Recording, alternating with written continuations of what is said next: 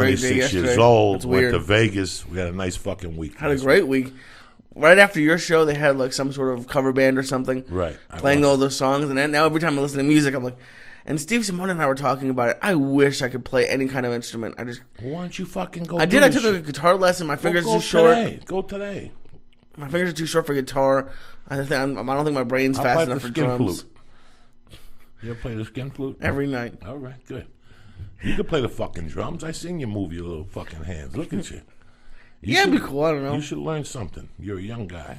It'd be great. It'd be a lot Learn of fun. from your Uncle Joey. I didn't do shit with my life. You know what I'm saying? You did something with your life. Nah. I always wanted to play an instrument, too. I never had the balls. I went down and I played the bass in the 4th grade or some shit for a year. Bass would be funny. I tried violin and I tried guitar. Jews like the violins.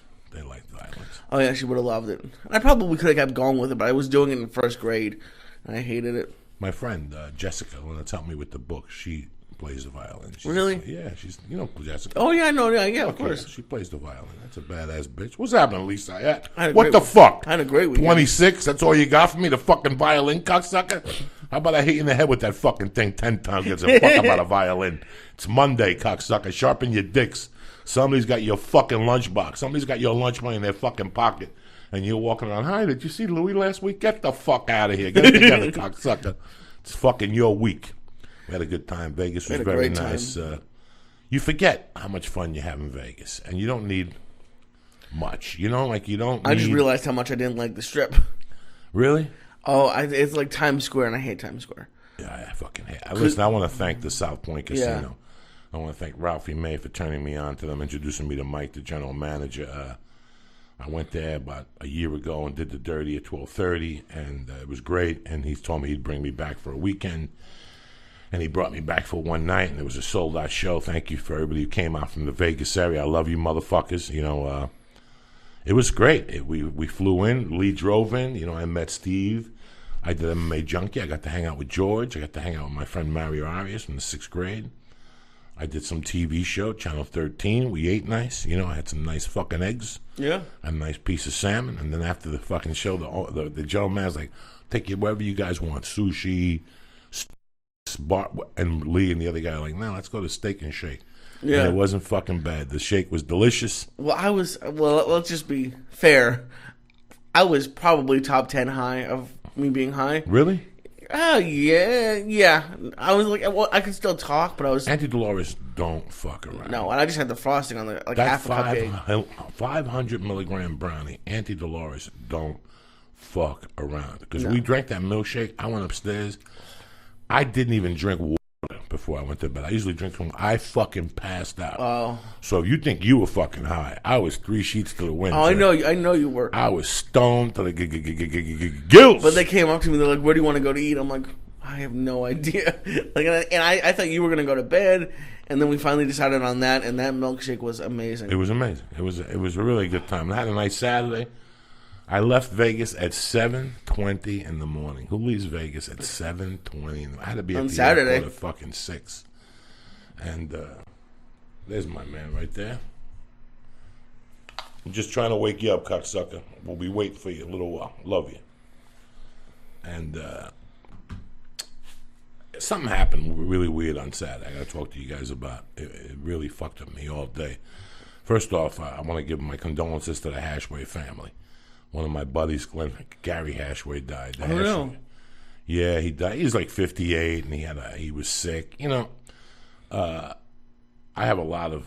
seen a lot of American short tragedies, you know, and one of the biggest tragedies in my lifetime was where I seen at Hashway's. You know, that family. I've been eating at Hashway's since 1975.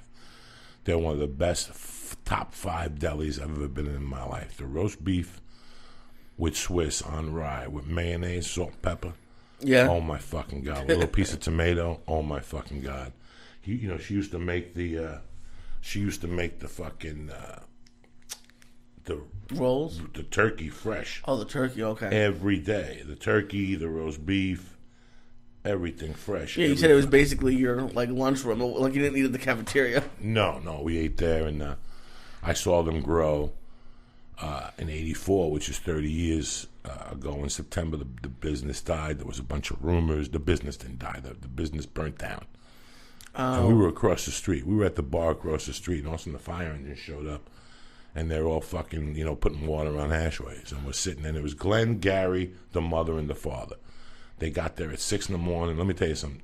If you went in there in the morning, they didn't even make egg sandwiches. They make cream cheese on jelly on a Kaiser roll. Have you ever had that? No. That puts 29,000 pounds on you. Cream cheese and jelly on a Kaiser roll with a fucking Yule. We were talking the other day with Lee that when I used to go to North Bergen as a youngster in the 6th grade for breakfast in the 5th grade. I would walk from 22nd Street in New York Avenue in Union City to like 16th Street, 17th Street. And there was this old Italian bakery there. This is before fucking 6th grade. And I would walk in early in the morning, like at 6. I'd walk in there and I'd get a loaf of fucking Italian bread, the hard shit with the flour still on it. Mm-hmm. And I get a bag of Zeppelis. And on the way home, I get a stick, a Hotel Bob brand butter. Yeah. And I get a 64-ounce Coke. And I go home and eat the whole piece of bread with the whole stick of butter and the whole bag of fucking Zeppelis. That's how much of a fucking savage I was. But then after I got older, I would go to Hashways. And Hashways, Gary was the guy who saved me the day my godfather was chasing me with a motorcycle and was going to fucking kill me. And I ran through the thorn bushes. There was a big rose petal, and I ran through them, and I had 1,000 fucking thorns on me. I was bleeding from everywhere. Oh, no. And I went into Hashways, and Mr. Hashway and Gary Hashway, who went out there with me and yelled at my godfather, get the fuck out of there. And then, so I felt really bad. So my condolences go to the family. I know they're having like a small memorial on Wednesday. I won't be able to make it. I'll be here, but something else happened. I woke up. So we did the show, right? And we went out, whatever. When we went to the room, I fell asleep. The next morning, I got a wake-up call at 5:30. I got up at 5, whatever. The car was picking me up at 5:30. I got up at 5, got ready, drank some coffee. I was already packed. I got the fuck out of there. But I went downstairs. The car was picking me up at 5:30, and I knew it was only a 15-minute ride to the airport. So I went downstairs about 5:25, and I gave the guy the bag, and I go, let me just get a Seattle's coffee, just to get the... And I got a coffee, and I was looking over at these tables, and... I don't know, how many blackjack tables you think there were there? Maybe 10, 15. 10, 15. Yeah. There was 3 tables of young kids. I mean, if I had to guess, anywhere from 21 to about 26, 27, the oldest, There was 9 or 10 of them. They all knew each other. They were playing on 3 different tables. Really? Oh, wow. I'm looking at these guys, and they're laughing, they're giggling. I looked at all of them individually. They were not high on any drug, just by the look on their faces and if they were really creepy. They had alcohol in their hand, but I could tell they weren't really intoxicated too much. Right, they just give out free drinks. They were a group of friends that went out and got drunk and got high. Or whatever, they play cards, and it's 6 o'clock and they're giggling, Lee. And do you remember when I called you? Yeah. And when you said to me, you're coming home, and I go, no, go take 100 out and go gamble. You're 20, just go laugh and giggle. And I've done that a bunch of times where because I lost a couple hundred just really quickly, but they have some good rules there. And if you go on, if you start at 10 or 11 o'clock at night, it's very easy to not even be down money and just be playing all night if you're playing $15, $20 hands. I love that shit. And then it's almost like being at a bar where you make friends because everyone's high-fiving, you got a blackjack. It's a lot of fun. I'm looking at these bars, and you're right. It is a lot of fun, and that giggling. And in the middle of all that, man, I said to myself, I've never done that. Really? Never done that. I've never hung out with friends in Vegas and cheered for my friends to gamble and just hung out and giggled like that. I'm looking at these guys, and I was getting very envious. I was getting very jealous. Not very jealous, but I got a little jealous. It was more on the envious side. But the most important thing I got was hurt. I was very hurt. That's the first time I've been hurt by life. And I've always known it. I just didn't let it hurt me. Because I've done a lot of things, but there's a lot of things I haven't done. And the reason why I never did them was because I was too busy doing drugs. The reason why I was never in a casino at 5:30 a.m. with a bunch of guys and 3 or 4 girls giggling and clapping and just drinking a gin and tonic and nursing it and just being yourself was because I could never do that. I always thought that was fucking craziness. Why would you want to be in Vegas if you wouldn't want to be in some room with 2 other people doing blow, hiding from fucking each other, you know? And that's when it all dawned on me. I was like, look at those guys, you know? Giggling, having a good time. They're probably going to go upstairs. Their dick's going to work. They're going to fuck the shit out of those young girls, and they're going to go to bed and have a good time. They're going to wake up in the morning, you know? They're going to go eat breakfast and giggle. They're probably talking about Louis C.K. episode. They're probably talking about the new Planet of the Apes, you know? Yeah. You know, whatever they're talking about doesn't matter. I never got to do those things because I was always too busy upstairs doing drugs. And it's fucking sad. 51. How many times I've been to fucking Vegas, Lee? 30 fucking times. Yeah. And I've never done that. I've never gotten a cigar and sat downstairs and just, you know, and I have. I can't lie to you guys. Like, there's times I go back and Rogan and those guys go out, and I just walk around Mandalay Bay and play the blackjacks, you know, till about 1. But I mean, what those guys were doing, it was genuinely fun from the heart. There was no weed involved. Maybe they smoked a joint, but I could tell by their faces. Nobody was creepy. You know, when I was younger, I always thought I needed blow to bring me happiness. Like, from the age of 21, that was the worst thing about growing up in that whole fucking era, you know. Even like Gary Hasher and those guys. When I met Gary Hasher, we were just decent people. We were just going along with the 80s.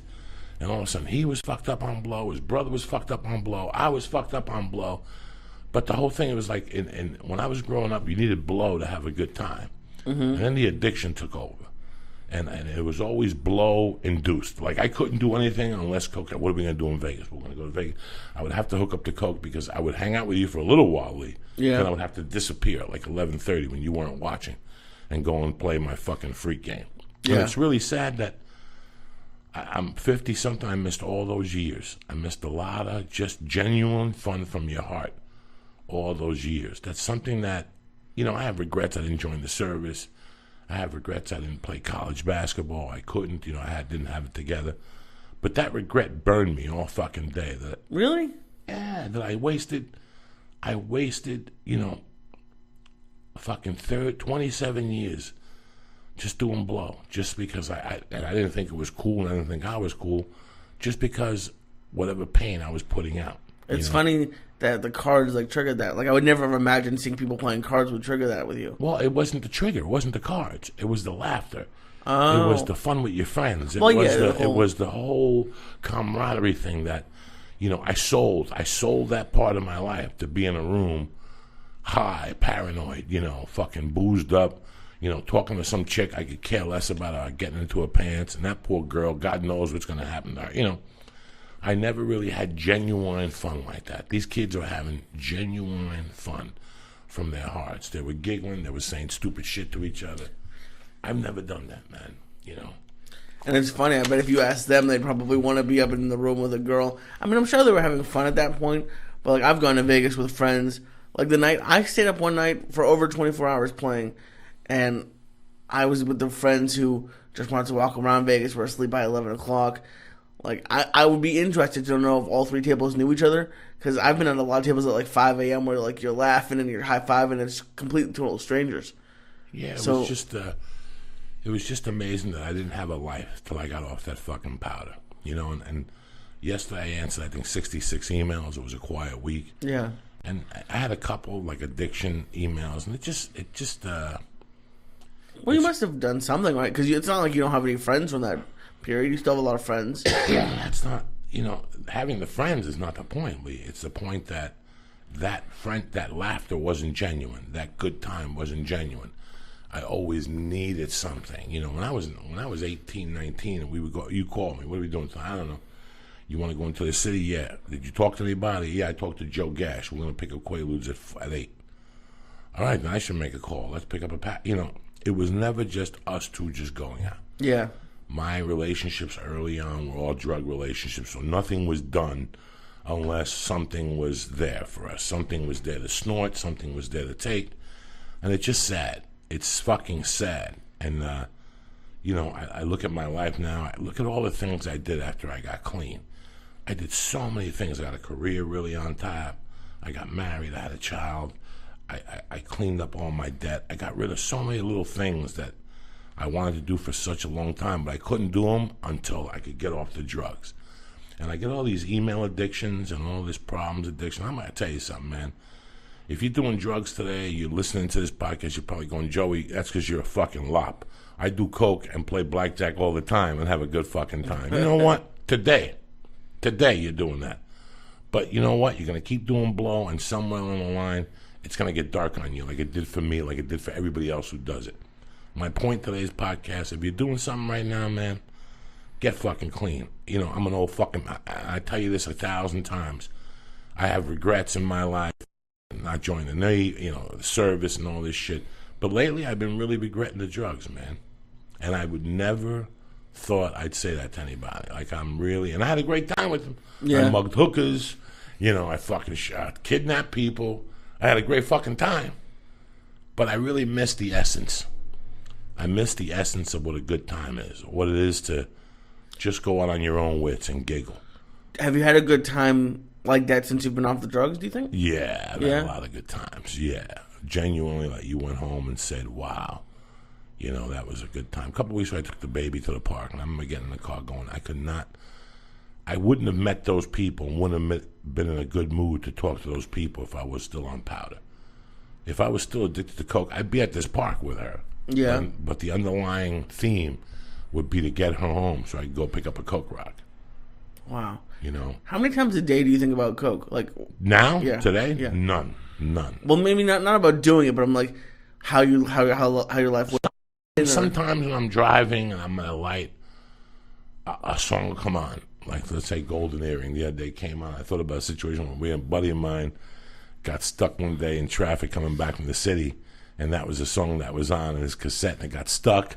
And, you know, what the fuck? Who has, you know? Yeah. Usually you think, I was getting a blowjob behind the church to that in the 8th grade. No.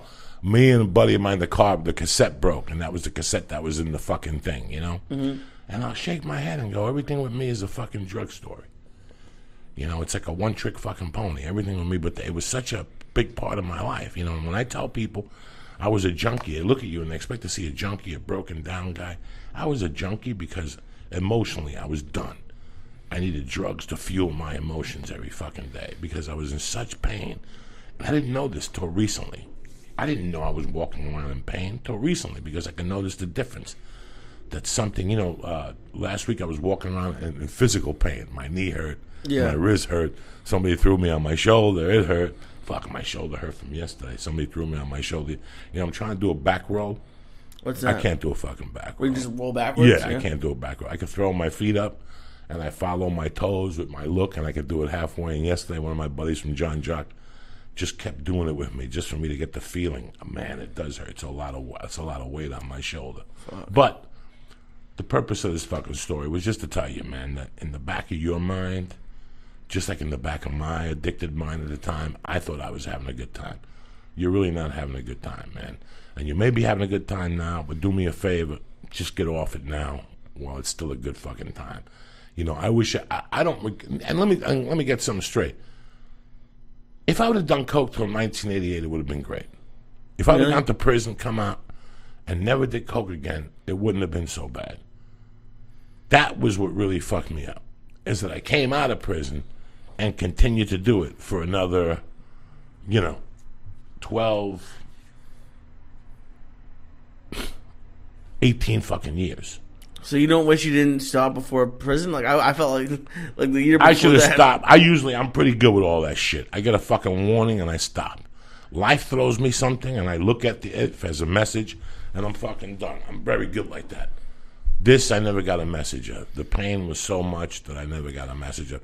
And once the pain seared off and I got divorced and I went through that shit with my daughter and it just kicked open again, it was like kicking up in a fucking scab. What the scab wasn't even healed. Right. And I picked at that scab again, and that's what fucking happened. So, do you think if you're truly addicted to like a drug, if you don't hit rock bottom, is it possible to get off of it? Yes. Do you think so? Yes, because someday you have to. There comes a day that you're gonna say, "I'm sick of this shit. I'm fucking sick of this shit." Isn't that rock bottom though? Well, rock bottom could be a lot of things. Rock bottom could be you spend all your money, your wife leaves you. Yeah. Rock bottom could also be you could be a fucking gazillionaire and your wife doesn't know about your problem, but you're living in hell.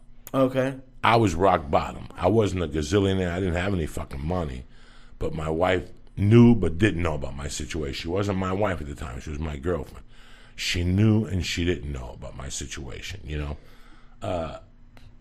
I didn't hit rock bottom, but I hit rock bottom physically and emotionally. Physically, I could feel the pain in my spine from the blow. Ugh. I was starting to get jolts from my central nervous system and my spine up by my neck. And I knew something was going to happen. I knew either I was going to die or get electrocuted on my own or something. But you know what, man? Like I said, I wish I would have got off the blow August 15th of 1988. As soon as I got sentenced to prison, if I would have been smart enough, it would have sank in. And I let a lot of other bad habits go. But I never let the main bad habit that was fucking me up the most, I never let that go. Yeah. And I felt the pain on Saturday. That's what I'm trying to fucking say. Fuck. I really felt the pain. You know me, I don't give a fuck. I felt the pain. I felt the pain a little bit on Saturday. It bothered me, and I thought about it all day, and I was kind of down. Yeah. And I just went to the YMCA, and I got back up. I went to the Y. I fucking ate a pot cookie. They got So Kind cookies now. Okay. Remember the cookie that you fucking hate? Yeah. Yeah, I know what you're talking They're about. back. Oh, good Lord. So I went into the weed store. They had one of those. I popped a quarter of those, and I went to the Y. I did the epileptical. I hit the bag for a half hour. I rode the bike for 15 in the beginning. I got the fuck out of there. Oh, shit. And then yesterday, I was sitting there. I had to do a podcast at 12 for a friend of mine, Rafi Esparza, who was at Flappers, a comedian, really funny guy. I had to do a podcast with him, so I drove the girls to church, and then I picked them up. Okay. And then I said, you know what? I'm going to go to fucking jiu-jitsu at 1. The baby fell asleep at like 12:35. I put my fucking knee pads on, put my gi pants on. I flew over there, and it was packed. Really? The gym's always dead on Sundays. Packed. The jiu-jitsu gym. Oh, no, I understand that. It was packed. There was probably 18 people over there ready to roll, but they all had no gi. But there was 3 people with a gi, so I got to roll with them twice, and one guy taught me a couple half-guard passes and a couple half-guard fucking sweeps, and it was great. Like I said, man, every time I leave jiu-jitsu, it's like somebody gives me $1,000 because I know I overcame like a big fear I have. Like I take my little baby aspirin. Somebody call him? Yeah. Pop him in. What's up, my little brother? What's up, man? I can't fucking... No with your hour? Yeah, you're flying back out to Montreal, my brother? Yeah, I'm going today. My storyteller shows tonight. So you're up there for 3 weeks. There's Ari Shafir on the line, by the way, for everybody who's wondering. Hi, You, everybody. Mind your business. What was last weekend? The last weekend was the Dirty Show? Last thing was the Dirty Show with Slayton and DePaulo and Metzger, and then... Did you say Slayton? Slayton, yeah. How was he? Slayton. He's all right. He's worried about his future. He's really worried. Did you He's torture? like, what am I supposed to do? Did you torture him a little bit? I started to torture him, but then he already started. He knows me by now. He's like, you don't do coke, huh? I tried. I was like, a little bit. He goes, nah, you're just a pothead. I know now. He's fucking him so good. Oh, I still... You know what? He tried to friend me on Facebook.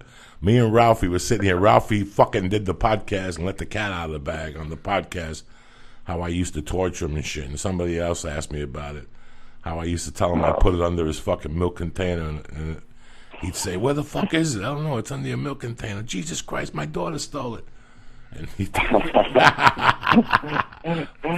first time I went, it was so great. When you told him, like, hey, Ari does a lot of blow. He's got a package coming for him. He was friendly with me. He was extra. He looked at me all weird. He was like, where are you going? I was like, nothing. I just got some friends I got to meet. He's like, oh, well, are you going to meet them later? What's the difference, man? Calm down. He gets so into it. Oh, he's a great guy, man. No, the reason why I want to have you on today is because I've been in what's called a conundrum the last couple of weeks. Because you have, this is not happening now, but it's going from the internet to primetime TV on Comedy Central. Primetime TV, yeah. 11 o'clock at night. Prime fucking time, brother. This is a show that started for $5 at the fucking Improv back room on a Tuesday night. You're the first one. At Thursday nights, me, Mark Maron. Remember, we all did that fucking one show over there? Yeah, all psychedelic stuff. Steve Agee. Yeah, we all. That's when I told the Pink Floyd thing. But it's so weird that it all started, and now it's on television. And you called me. I'm going to do one of the episodes in September at the Cheetah. We're going back to the Cheetah, and it's so weird that this writing fucking process has just been. I don't know, Ari. This has really changed me. Well, it's kind of fun to be like. Just to sort of think about those things. Sometimes I don't even think about those times until I get a topic, and then I start like wondering what happened. I call my high school friends sometimes. I was like, "Hey, did I ever get into it? Whatever the topic is, I would ask. Like, did anything happen in my memory?" And then it remind me of stories. I'd be like, "Oh yeah, we stuck that kid's toothbrush up our ass. That's right. Whatever it was." Just fun to like relive those days and stuff. And it's so funny. Like whenever I do those things, I usually think about it. I make little notes, and then I make calls. I'll try to call people who were around me at that time, and I go, "Remember that time?" And they'll go, "Yeah, didn't you fucking whatever?" Like I called my uncle because I wanted to get the whole funeral thing. I called my uncle, and we talked for like an hour, and he was like, "Let me tell you something. All my fucking 74 years, I never saw a crazier funeral than your mother's." And that's what happened. He goes, "Do you remember the first night?" And I go, "No." And he goes, "You don't remember the first night with Zoraida? How she had the fucking owner by the neck and 3 people had to break him apart?" And I go, "Oh my God. Yeah. That's right. It was the opening night. All white people came to that one. That was the all white one. Like everybody from the neighborhood came, their parents, the kids from the neighborhood. I was never so embarrassed in my life, Ari." Because Zoraida didn't go off on the afternoon one. They usually have a 2 to 4 viewing. Then they have a 4 to 7 or 6 to 9. A Cuban wake is 24 hours for 5 days. Because that's how they did them in the old country. You put the body in your house and people just came to your house. So this funeral... Like Ceausescu? Like a fucking dictator?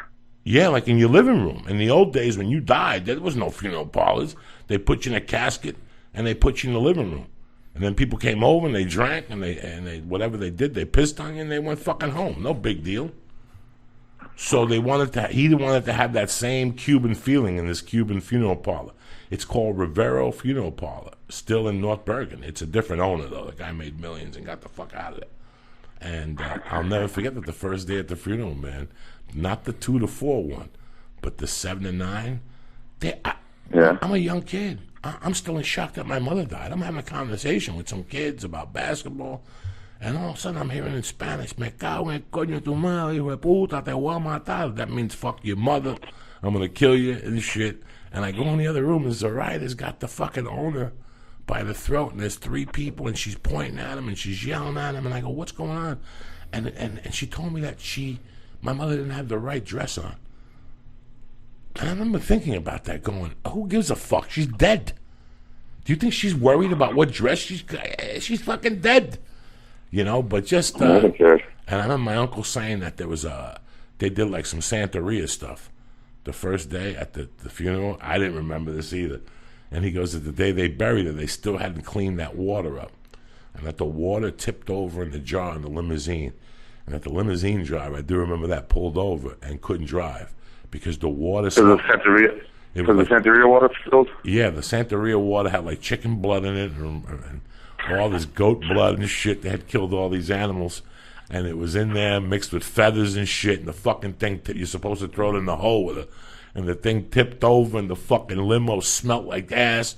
The limo driver had to pull over. He couldn't drive. He kept puking. This was fucking the funeral from fucking hell. People were drinking. People were doing blow. I remember the first time they ripped out like a bottle of Pinch, because my mother drank Pinch. So they ripped out a bottle of Pinch, which is like a whiskey. And the funeral parlor was like, "Guys, you cannot drink at my funeral parlor. Here. I will lose my license." And they just looked at him like, "You better get back in that fucking room. We're going to drink." So all these things I got from my uncle. I remembered the one night. That was a night that always stayed with me. But back to what we're talking about here. It's just amazing, Ari, what you've done with this. Because I don't worry about shit. I usually, when I write a joke, and I put it out there, and whether they like it or not, it's a joke to me. And just by the sound of it, you know whether you're going to keep it or not, you know? Yeah. This is something that we get to put out one time. We really get to practice. Stories are different, exactly. One time, pretty much, and then you're done. And then you're done. You get to practice it a little bit, you know, but not really, because people look at you weird, like, we're at a comedy show. Why are you telling me about your dead fucking mother? Yeah. You can work about a comedy show, but it gets weird sometimes. Yeah, I tried doing it the other night. People were like, where the fuck are we going with this shit, Joey? So I'm going to have Lee tape me in the fucking here, and we'll send it to you and see what you think. But it's just really weird, Ari. Man, it's just, I like writing jokes. It's pretty jokes. cool, isn't it? Starting off with like fucking 12 people in the audience and moving to TV. Pretty cool. With no booze. That's right. There was no booze in there. You couldn't even bring booze in. You couldn't even get booze next to it. The first 2 or 3 of them, we had no booze. And then after that, you put a name on it. Somebody showed up, and you moved it to the big room, and there was no looking back after that. Yeah, they were getting mad because the lineup was so good, and they were like, "Why do you have fucking Joey Diaz and Bill Burr and Jim Jeffries in the little side room for $5?" I'm like, "I don't know. It's the room you gave me. You want to book suckers just because you gave me a small room? I'm going to do that." Yeah. Let me ask you something. It was a big room, got booze. Yeah. When you write some of these stories, when you're thinking about some of these stories, like your sex ones, do you fucking get fucked up for a few days, like that you did these things? Like I always do. Yeah, sometimes. Sometimes I just know it. I have trouble sometimes with an ending, like tie it all together, and there's no real beginning or ending to a story. I mean, like even that funeral. It's like it doesn't begin at the funeral. It begins you and your mom were close. You know, it begins way before. So it's like, at what point do you start it? At what point do you end it? It's been cool, like learning the process. Even from watching other comics too, you learn a lot. You know, I've watched all the series. I watched Rogan. I watched Moshe Kasher. I don't even know some of the fucking names. Kamanji. And it's really interesting. It's really interesting. The different styles of storytelling there are also. Mm-hmm. Yeah, DJ's completely different than you are. Yeah. Different than, other people, TJ or whoever, Sean Patton. Yeah, it's cool. It's like there's no right way, so people just do it however. Do you go about it and write it the same way you write jokes? Well, both of you guys. What do you mean?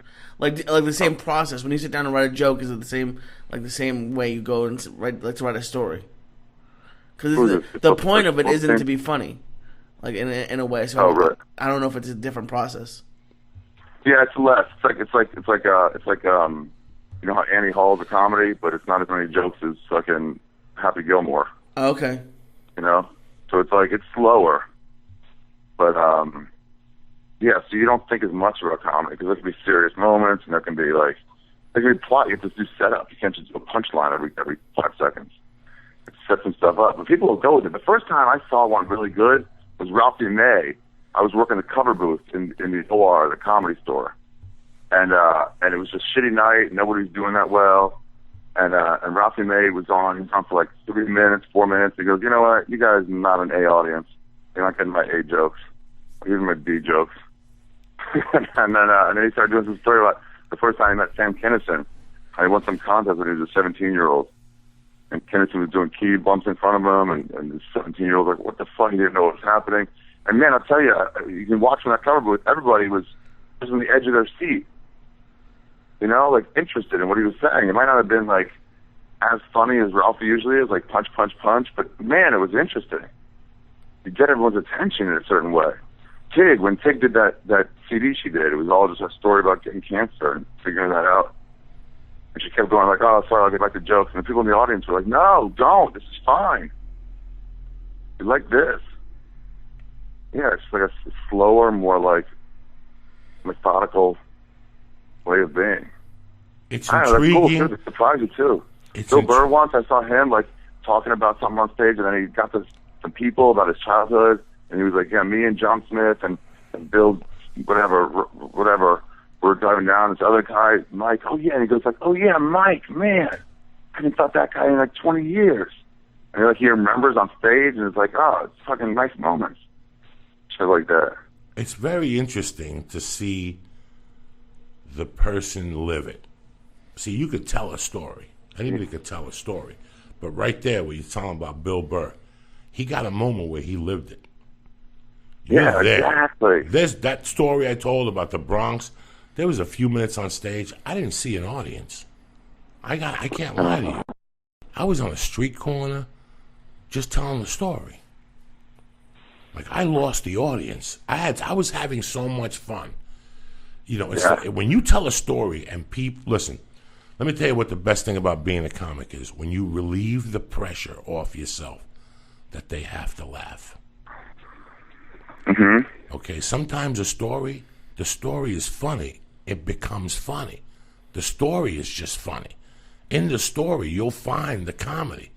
But the best thing for a comic is when I come to you, Ari, and go, hey, listen, this 10 minutes you got to do, don't be funny. Watch what happens to a comedian. It changes you. Yeah, when they're not so addicted to it. Plus comics are comics, so you're not going to lose the crowd at any moment if you're not funny. Yes, when we're coming, listen, when you're a comic, the first 8 or 9 years, you're striving to be funny. Yeah.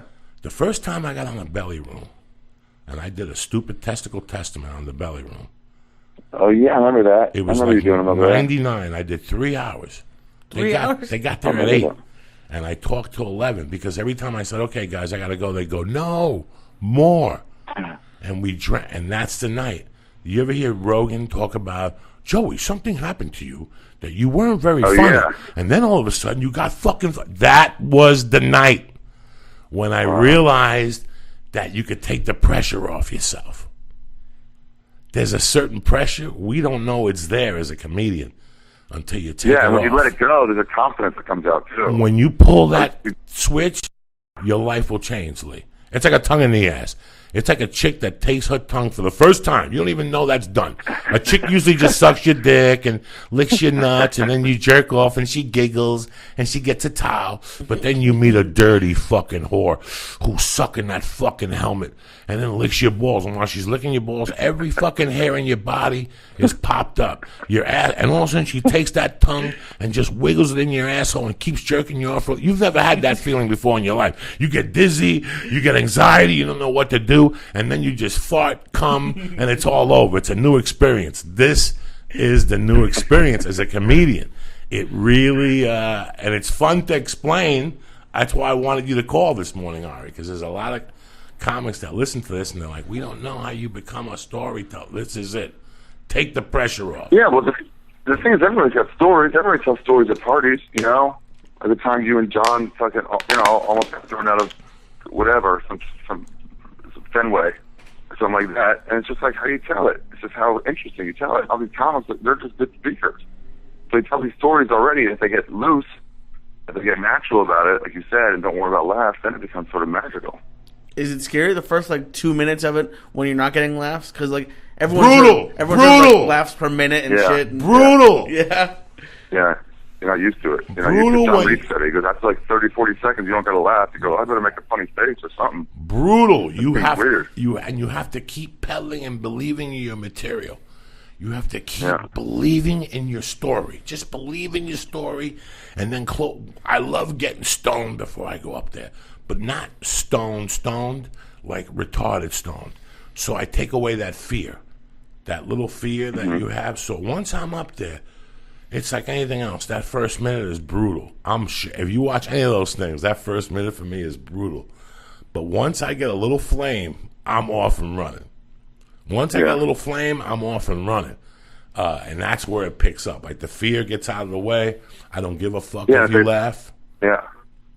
If they give you a couple laughs too, like, cool, now I'm comfortable. Now you're comfortable. If they're just like, if they're a giving audience and you get comfortable, like, cool, this will be fine. You're not worried about bombing because they're already into it. Once you tell a story, once you tell that story and you eliminate the laughter, it takes the feeling of bombing and makes it less because you control that. Now you learn also that you control your laughter, that you control your audience. That's the other power about storytelling, that once they're not getting laughs and you're controlling them, oh my God. Yeah. Oh my God. You're Fidel Castro. You're a president. That's what presidents Dude, I saw Dice once do this in the OR too. And he goes on and it's when he wasn't smoking, but he was still chewing cigarettes. You know, he was like putting in his mouth. So he came up, he like puts his drink on the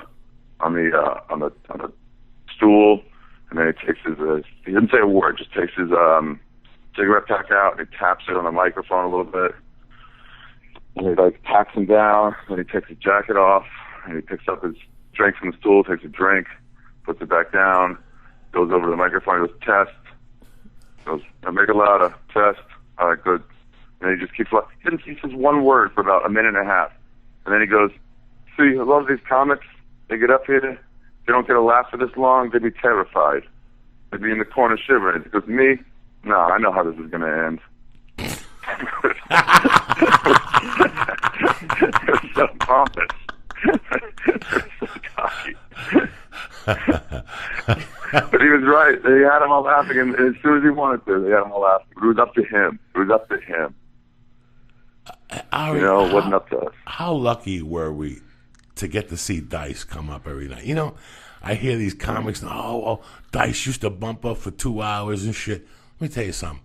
I learned more in those two. It was like going to a college course when you saw Dice perform on Sunday nights and stuff. It really was. Sunday nights, it would be something like him and Rock and Damon would all come down on a fucking Sunday night. It was ran for no amount of money. You got in free. You got in before 9. It was something. It was like I can't even describe. Yeah, I was hosting. I used to call them and tell them, please come down there, because fucking somebody's gonna be there on the list and I want to bump them. So I would make Dice. See, listen, I would get there at 7, and I would host I would hang out for the first show. Then the second show, I knew Don Barris always wanted to host. So Chewy would come. I'd borrow a 20 or 2. I'd pick up 2 packages of Coke. Dice would show up. Chris Rock would show up. I'd go there. I'd do my 10 minutes, bring Dice up. I knew Dice was going to do 40. I'd go out there and tell Don Barris, Don, you got it from here. And I leave. And they'd pay me the 25 fucking bucks. But I got an education. I got the biggest fucking education. I remember one Sunday night, Andrew was up there, and he was going off. And there was these 2 Chinese guys in the front row, and he just fucking went off on them. Like, you chink fucks, da-da-da-da-da-da. You don't even know what I'm talking about, do you? He's talking about Kung Fu, the TV show. And afterward, he goes, all right, don't worry about it. And he walks away. He goes, look at them. Look at them. They're over there smiling. They're going to call their cousins on the phone. Tomorrow when I eat Chinese food, I'm going to shit blood for 3 weeks. These fucking chinks, they'll do anything to your fucking food. They'll spit in your food. And they were laughing. They were fucking loving it. You know, just to see somebody of you making fun of them. And you're dying. And you're like, I can't wait to be able to do that. And then you go up and try it, and it works. That's what Dice was. Dice was like going to jiu-jitsu class. You learn something, and then when you spar, you went and fucking did it. It was amazing what I learned from him, Chris Rock, Richard Jenny, Damon Wayans. Yeah, they would all be up there. I learned from you watching you. You and Paulie actually were the two most like yourself on stage and off stage. Paulie. You know how everybody else is like, yeah, you and Paulie. Paulie grew up, you know, he was doing it since he was fucking that's 6. right, that's right. So, yeah, it's not like he was good, but he was the most like himself. You and him, the 2 of you. Like, you'd be talking to either one of you backstage, and then you go on stage, it's the same exact person. There's no, like, a little bit stylized. It's the same exact person. Because I'm on stage now. But let me finish my conversation up there. I would watch you. You would look at that list. You had to bring up comics, and you would look at the list of the employees or who the next pop-in is, and you would fucking back in the Coke days, and you would move your hands open and shut.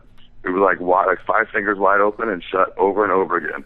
Just opening and shutting them, opening and shutting them. And you would do whatever your bits are, pretending like you were looking at the list to use next. You'd look at the list for 10 minutes while you were talking, opening and shutting your hand, and then eventually you just go, coming up next. And then the next person. That's all you would know. Those open mics there were the most fun. You know, people have no idea how much fun an open mic is. Listen, sometimes it's great to go see David Tell. It's great to go see Joe Rogan. It's great to go see Louis C.K., you know. But sometimes, guys, you know, you're not doing nothing on a Monday. It's a shitty baseball game, Tuesday night. Go to your local fucking open mic. smoke a joint in the car, go in. It's always cheap beers. Always cheap, you know. I don't even think they have a 2-drink minimum on open mic. You know, you go usually in. No cover charge either. There's no cover charge. Just go down there and watch a comic and its early developments. It's no different than what you people were doing in your whatever job you were fucking doing in the beginning. It's just comics fucking awkward as fuck, you know. But it's the same reason why I've stuck it out with jiu-jitsu. I go to jiu-jitsu every day, Ari, to get beat up. Yesterday, I was in the bottom and half guard the whole fucking day getting beat up. I couldn't sweep anybody. Finally, I pulled this purple belt, though. I go, come here, though. You got to give me some fucking sweeps from the bottom. But, Ari, I keep going because of comedy. Because I know that someday it's going to come all together.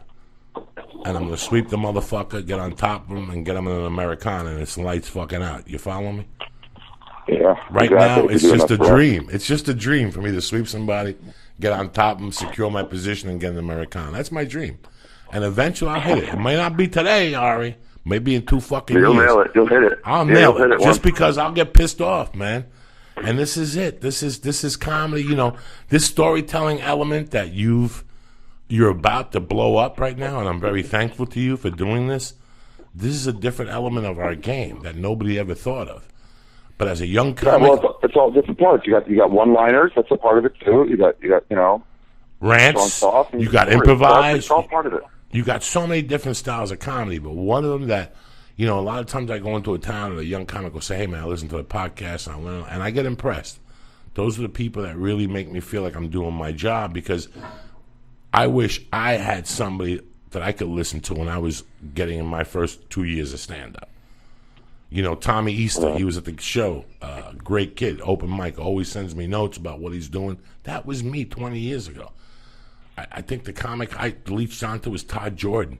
I'd call him every day and go, Todd, you're not going to believe this. What'd you do last night? 7 minutes? Whoop-dee. Call HBO. You know? But you're so fucking excited. And I'm this, you know? So I want comics to know that at some point one night, close your eyes and go, I'm not going to be funny tonight. I'm just going to go up there and tell a story about my dog getting sick in the back of the fucking car on the way to Atlantic City. Tell the fucking story and believe in it. Stick to your guns. Yeah. Don't worry about the laughter. You know, if you've ever watched, you know, our friend Greg Jackson. You know, Greg Jackson, I think it's Greg Jackson tell his fighters that he wants the audience to boo. Because that means you're doing your job. You want the audience to what? To boo? Like, there's a lot of fighters that'll go in there and they'll just hold their position. They'll just sit there and get for range. And he goes, he doesn't care if they boo. He doesn't care that's what you're working your game. You believe in your game that much. Dana White don't like to hear that shit. Dana White don't want to hear that shit. But that means, like Rashad Evans would say that he wanted you to do that because that means you were doing your job. It's the same thing. Early comics can't do it. They're too insecure. They can't go 30 seconds. And I'm telling you, if you're a year-and-a-half comic and you do this, that's the fastest way of getting funny. Because that was the launch for me. You know, somebody was telling me last week a way to really get your cardio going is to get a heart thing to check your heart and go to your simplest rate when you get up out of bed, what your heart rate is at that point, and do lift your legs 30 times like a marching band type thing, and then stop. And don't do it again till you get your heart rate down to the bottom to where it was again. That's the same thing. You know, that's how you make your cardio get better. This is how you improve your comedy, is by adding storytelling to your game, believing in your story that much that it's going to leave them intrigued. And then you could still do 5 minutes of comedy at the end of your set. You follow me? You still don't end like a schlub. If you put it together just right. Now I'll do the faster stuff. Now you could really fucking, you follow me? So it's a great exercise, Ari. I'm very proud that, 20 years from now, people are going to be sitting. I started storytelling after I watched That's Not Happening, episode 6, with Ari and fucking Big J. Okerson and fucking, that's what's going to happen. That's my favorite part, is that people get good clips out of it, that you and Jay and whoever else, Rogan, and TJ and Sean Patton and Segura, they all get, good clips out of it. They can, people enjoy, other comics get a chance. Well, I'm going to tell you something. I like that part. I hate watching myself. I definitely hate listening to myself. I hate taping myself. I'm not one of those people, besides this longest yard thing that Adam Sandler and those people sent me, I don't really have posters or pictures. I don't like looking at myself. There's only Right. one thing in 24 years I'm very proud of that's on YouTube. I mean, I have some good stuff on YouTube, but the most proudest is the second story. The one about my mother in the taxi cab. Mm-hmm. Because Yeah. I'm going to tell you something. Blood in the face. I'm going to tell you something, and I know Rogan does it. I know Rogan has mentioned it, and you guys know it. Every time I go on stage, I forget 2 or 3 good jokes. And if I do that Yeah. 3 or 4 times, I forget the fucking joke till I find it in an old notebook. That storyteller was the closest I ever got to what I wrote in my life. Oh, wow. Really? That was the closest I ever came, except for a few faux pas with fucking Carrie and that. But let me tell you why I threw the Carrie line in it, because that was the last thing I watched on TV, and it was in my psyche. So in your head. So my stand-up already knows to get something out that I disagree with, just to get it out. Like, my body already knows that. They talk about muscle memory. In my muscle, I know that if something's bothering me, I got to get it on the stage. And I didn't think about that till a week later when you released it. I go, why did I fucking say that on stage? Why would I stop the fucking story to say fucking they're releasing Carrie on stage? Because it was in the back of my mind. That drive in the 101, I was furious that they had remade fucking Carrie. That's how fucked up we are as comedians, people. That's the first tape. That's actually a thing we did when we talked about it. We were like finishing them, we were editing them. We didn't edit much, but if somebody just went off on some side thing and didn't go anywhere, it wasn't funny. But they were talking about that one. They were like, oh, we got to chop these down. I was like, why? Why? They're for the internet. We're not going to have them 30 seconds. So who cares if they're 7 minutes or 15 minutes? And they're like, we can't do it. I'm like, why? And they're like, look, some parts don't involve the story. And they go, what about that part where Diaz talks about Carrie? That's not involved. We can just take that out. And I was like, no, that's the part that makes it breathe. That's the part where comedy is just fucking relaxing. Leave that part in. Leave it in. It was funny, and it fucking slows everything down. So you're not in that fucking rush to get to, topic, punchline. Just let it go. Let it breathe. And they were like, all right. And that's what I like about them. All the stories breathe, There's no rush. So in the middle of my ranting, this fucking thing came out about Carrie that had been burning my soul on the 101 for the last 20 fucking minutes. And that's how I know that this thing we do is real, Ari. That's when I realized after 24 fucking years that what I do is real. When I see something that bothers me, I bring it on stage. If I think something's comical or, me shitting in that cup 3 weeks ago, I had a shit in a cup for the doctor. And here's the funny thing. They sent me a report back and they told me my shit was normal. It's not normal. It's in a cup. And they take... In a cup, it's normal. I had to take like a little fucking stick and shit in the toilet and then take the shit out of the stick and put it in this piece of paper and close it. The shit would work as the glue. And I had to do that 3 different shits in one fucking day. And I only took 2 big ones, so I had to wait till like 2 in the morning. I pushed out this little shit. My intestine almost fucking popped out. And I had to scrape it and put it in. And I said to myself, wow, I sent those 3 pieces of shit. I never heard back from my doctor or nothing. About a week later, I get this thing from UCLA. I go, oh, yo, here we go. I open it up, and there it is. Your shit results are fucking normal. Your shit results. How fucking strong am I? So this Montreal this week. When do your show start? My show starts tonight, Monday, Tuesday, Wednesday, Thursday at Cleopatra, this training strip club. That's where we got the idea to do the strip club, from this Montreal, when we did it at Montreal Comedy Festival. Okay. They put us in the strip club, and I was worried about it. I thought they were doing it just because it was all sex stories. I thought they were just trying to make it a theme. But when I got up there, it was cool looking. I mean, you walk up these steps, and these old pictures of strippers that are like faded and black and white, and you just start feeling more like a degenerate. And then when people get on stage and they tell their story, like, you don't give a shit. However dark they get, you don't give a shit. I gotta be honest, man, I'm happy with the crowds that come. Now that the crowds know what it is, we did one in Brooklyn at Union Hall, like a month ago, and DC Benny was telling some story about getting molested when he was little, and the crowd was roaring with laughter. There was no like, oh no, this is terrible. It's like you could all tell they were like, look, you seem cool with it now, so we're gonna laugh with you. He was like, man, that was the greatest audience I've ever done for one of those things. It's like, yeah, they're degenerates, they know the deal, and they're cool. So anyway, yeah, tonight through Thursday at midnight, hahaha.com if you're in Montreal, and then that's it until we tape them September 9th. And we're going September 9th again at the Cheetah, right? 2 shows a night? At Cheetah's, yeah, with the 2 shows, and then we're doing the 9th and the 15th. So we're doing that Tuesday and then that Monday after that. I'm available for both of them, Tarzan, so whatever you need, I'm showing up. One last question for you, Ari. You got another minute? Yeah. Let me say a date, though, too. I got a show in Brooklyn on August 21st at the Bell House. And if you go to it's me doing an hour in New York, so it's the only hour I'm going to do in New York. So come out, $15. I got to ask you something, because I'm sitting with 2 of my best brothers here. You're both Jewish. You've both been to Israel. Jew. You're both Yeah, no, it's not a bash Jew time. You know I don't play that shit. I got an email the other day. I got a Twitter that Lee is here. Say hello, Lee. Hey, no, yeah. Okay, Lee read it, and I was really upset about it. The guy's like, on Monday you got to talk on the podcast about what's going on over there. Let the world know what's going on over there. What the fuck is going on over there? Tell me what the fuck this guy was talking about. Does anybody know, or am I fucking retarded here? I don't know what he's talking about. Well, I don't know Lee, if it's just the same. say it. Yeah, I don't know if it's the same for you, Ari. But anyone who's mad like that is usually against Israel, and I don't know if they're pro-Palestine, but they're definitely anti-Israel. No, it goes both ways. All the religious Jews that still know the same thing. They get mad, and they're like, they only see one side. Everybody always sees one side. Well, yeah, it's kind of hard not to. I mean, yeah, it's close to segregation. It's close to the way it was in South Africa, but it's not the same. Because the only reason they're putting them, at checkpoints, stuff like that, because they're smuggling, guns in. That's the only reason they stop ambulances.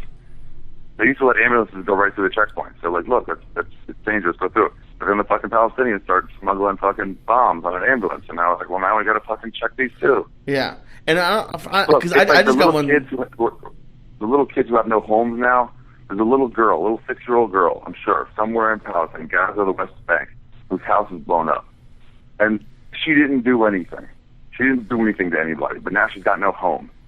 But she didn't do anything. You're like, well, these Palestinians didn't. Like, no, that's just one person who didn't do anything to anybody, and now she's fucked out of a home. But at the same time, I heard somebody say it like this: if one side just laid down their guns and said, we're not going to fight anymore, do whatever you do, we're not going to fight anymore. If the Arabs did that, what would the Jews do? They'd probably stop fighting too. And if the Jews did that, what would the Arabs do? They'd wipe the Jews the fuck out. Yeah, it's because I just got one last night. I got some guy yelling at me saying I was racist. He's not listening anymore. They yell at me. I'm like, dude, I'm not Israeli. I don't know what you're talking about. Why I'm not Israeli. Well, I retweeted I stand with Israel. The thing that got that guy mad was I retweeted something that I stand with Israel or something. Obviously there's people who aren't involved. It's just there's terrorists there, and it's condensed, so it seems like a lot. Obviously, there's some people who don't deserve. There's some people who don't deserve what's happening to them. Probably the majority of Palestinians are pretty nice, but when you have terrorists who they're hiding by schools, all terrorists do this. It's not just Palestine. They hide by schools. So if a bomb goes there, they blow up the school and they seem like assholes. But if Mexico or Canada or Cuba, like I was thinking about this the other day, people are like, well, Mexico's never going to send a bomb. If Cuba was sending bombs at Miami 20, 30 times a day. They launched 100 rockets in 2 days. They launched 100 rockets in 2 days. Yeah. So and they're like, hey, guys, you can't do that. You can't launch rockets into our country. Right. Every other country in the world will go in there. Israel does is they send ground troops in and they fucking leave with the place. They get out. We're bombing this building on this day. Please leave. Yeah. And I try to give people a chance to get out. And obviously for me, we don't do that. Yeah, I'm sure you are too. You lived there for a while. I was only there for 6 months. When I came back, if this was going on, I would have been super racist on here just because you talk to people who like had that shit happen to them with the bombs and stuff. And since I've been back, I'm a little bit less anti-Palestinian. But it's just yeah. They don't have it easy, but it's like it goes both ways. It's just fucking shit. They hate each other. Yeah, that's what it comes down to. And you can't negotiate. And Israel's probably doing some shit. A long time ago, I realized. They say, like, if let's say somebody invades another country or Texas was taken over from Mexico or whatever, at some point you make a peace treaty and say, all right, we'll give you this land, you give us this land, and we'll compromise. But what their deal is, they're commanded by God to wipe the Jews out. So how are you going to compromise on that? How are you going to make a peace treaty on that? Like, well, we're still commanded by God to wipe you out. So you can't negotiate that away. Right. And Different terms. Yeah, I mean, when you see like the propaganda they're showing to like their 6-year-olds about Jews drain the blood of Arabs to make our bread, like it's like the That's videos. an old one. That's from the pogroms. Oh yeah, and I don't know where the video was. I just remember watching it when I was there. But the thing that I don't think enough people. I mean, I'm sure Israel's doing stuff. I'm sure the same thing that America does fucked up shit during war with like the whatever that prison was in Afghanistan and Iraq. Yeah, they do, of course, because they're made to hate the enemy. Right. And they're just people, so they all piss on each other and do shit like that. Yeah, so, I mean, Israel is doing some shit, but it's just, I don't know. For me, if you're sending bombs, though, if anyone sent one bomb to America, we'd be invading their country. So it's... Yeah, well, all Cuba did was just point a bomb. Yeah. Just point one. And we haven't fucking talked for 50 years. When am I going to see you, cocksucker? When am I going to see you? I'll be there for a couple days, I think. August 4th, 5th, something like that, 6th. Yeah, I'm doing my colonoscopy August 4th. There's no fucking podcast August 4th till nighttime. They're sticking a tube up my ass at 6 a.m. Lee's driving me at 6 and my wife's picking me up at 10:30. Ari, I love you, cocksucker. Be safe. I love you too. Thanks for calling in today, and thank you. See, I gave you the Jew minute. See? Nobody gives the Jew minute. I didn't say a word. When two Israeli Jews are talking, fucking Gentiles shut their fucking mouths. You understand me? If I'm telling you the fucking rule, cocksucker. When two Jews are talking, shut your fucking mouth. I love you, Ari. Have a great day. Oh, my God. The Church of What's Happening Now, motherfuckers. Monday, July 21st. The world is yours. Let me give some shout-outs to my main motherfuckers. Jeremy Turtle Klassen, Josh Costa, Alex Chavez, my main man, Rob Kulesh, Lady J, looking better than ever, Gomez and Escondido, and Shabu Shib, whatever your fucking name is, right here making it happen over here in the fucking church. I'm fucking stoned. Yeah, me too. I tell you, a little cheaper chew works out. Yeah, Perfect. you had a lot more than I did. But, sure, you know how I do it. I don't fuck around. I wasn't going to bring that up today because I got him angry. This guy was pissed at me. What? Who gives a fuck? Hey, listen, I got to explore every fucking avenue here. This is a church of what's happening. I'm not here to be pissed at somebody, and most of all, I don't want somebody pissed at me or him. Let's Lee give his fucking point of view, and if you people get pissed off, you know the motto here. If you can't take a joke, take a fucking taxi, cocksucker. And it's not an Arab thing, and it's not a Muslim thing. It's a terrorist thing. So, I mean that's someone called me racist, and I was like, what could I possibly have said that was racist? And I was like, maybe we talked about that. No. Some people, they wake up in the mornings and they understand things wrong. Because I fucking get it. Sometimes I take something the wrong way too, and I wake up on the wrong side of the bed. Yeah. You never know what somebody's thinking. You don't want to wake up on the wrong side of the bed? Get New Mood from fucking On It. That's what. Who's better than Uncle Joe? Look at that transition. I come fucking prepared with 2 guns, bullets, and a fucking grenade in my asshole. That's how I show up. You understand me? On It. Go to onit.com. This is the way to fucking do it. You people hit me up, oh, Joey, you're on fire today. You know why? Because I started back on the Alpha Brain on fucking Saturday. I'm back, bitches. 30-day fucking run. I'm going to write some comedy. I'm going to get the story down for Ari. This is not happening. I'm going to lose some weight. I'm home the month of August. This is what I'm doing. What the fuck? I got to go to Paducah, Kentucky to visit the family. In August. I can't wait. My main man, I got some fucking dude. My main man in Paducah is trying to get me a night. Oh, shit. Do a little comedy, you know what I'm saying? People drive down from Cincy. I'll keep the prices low. We'll hang out. We'll smoke some dope. You know how we do it, motherfucker. Anyway, talking about On It. How the fuck do we get on this shit? I don't know. Onit.com, the best. This is not a vitamin. This is not a supplement.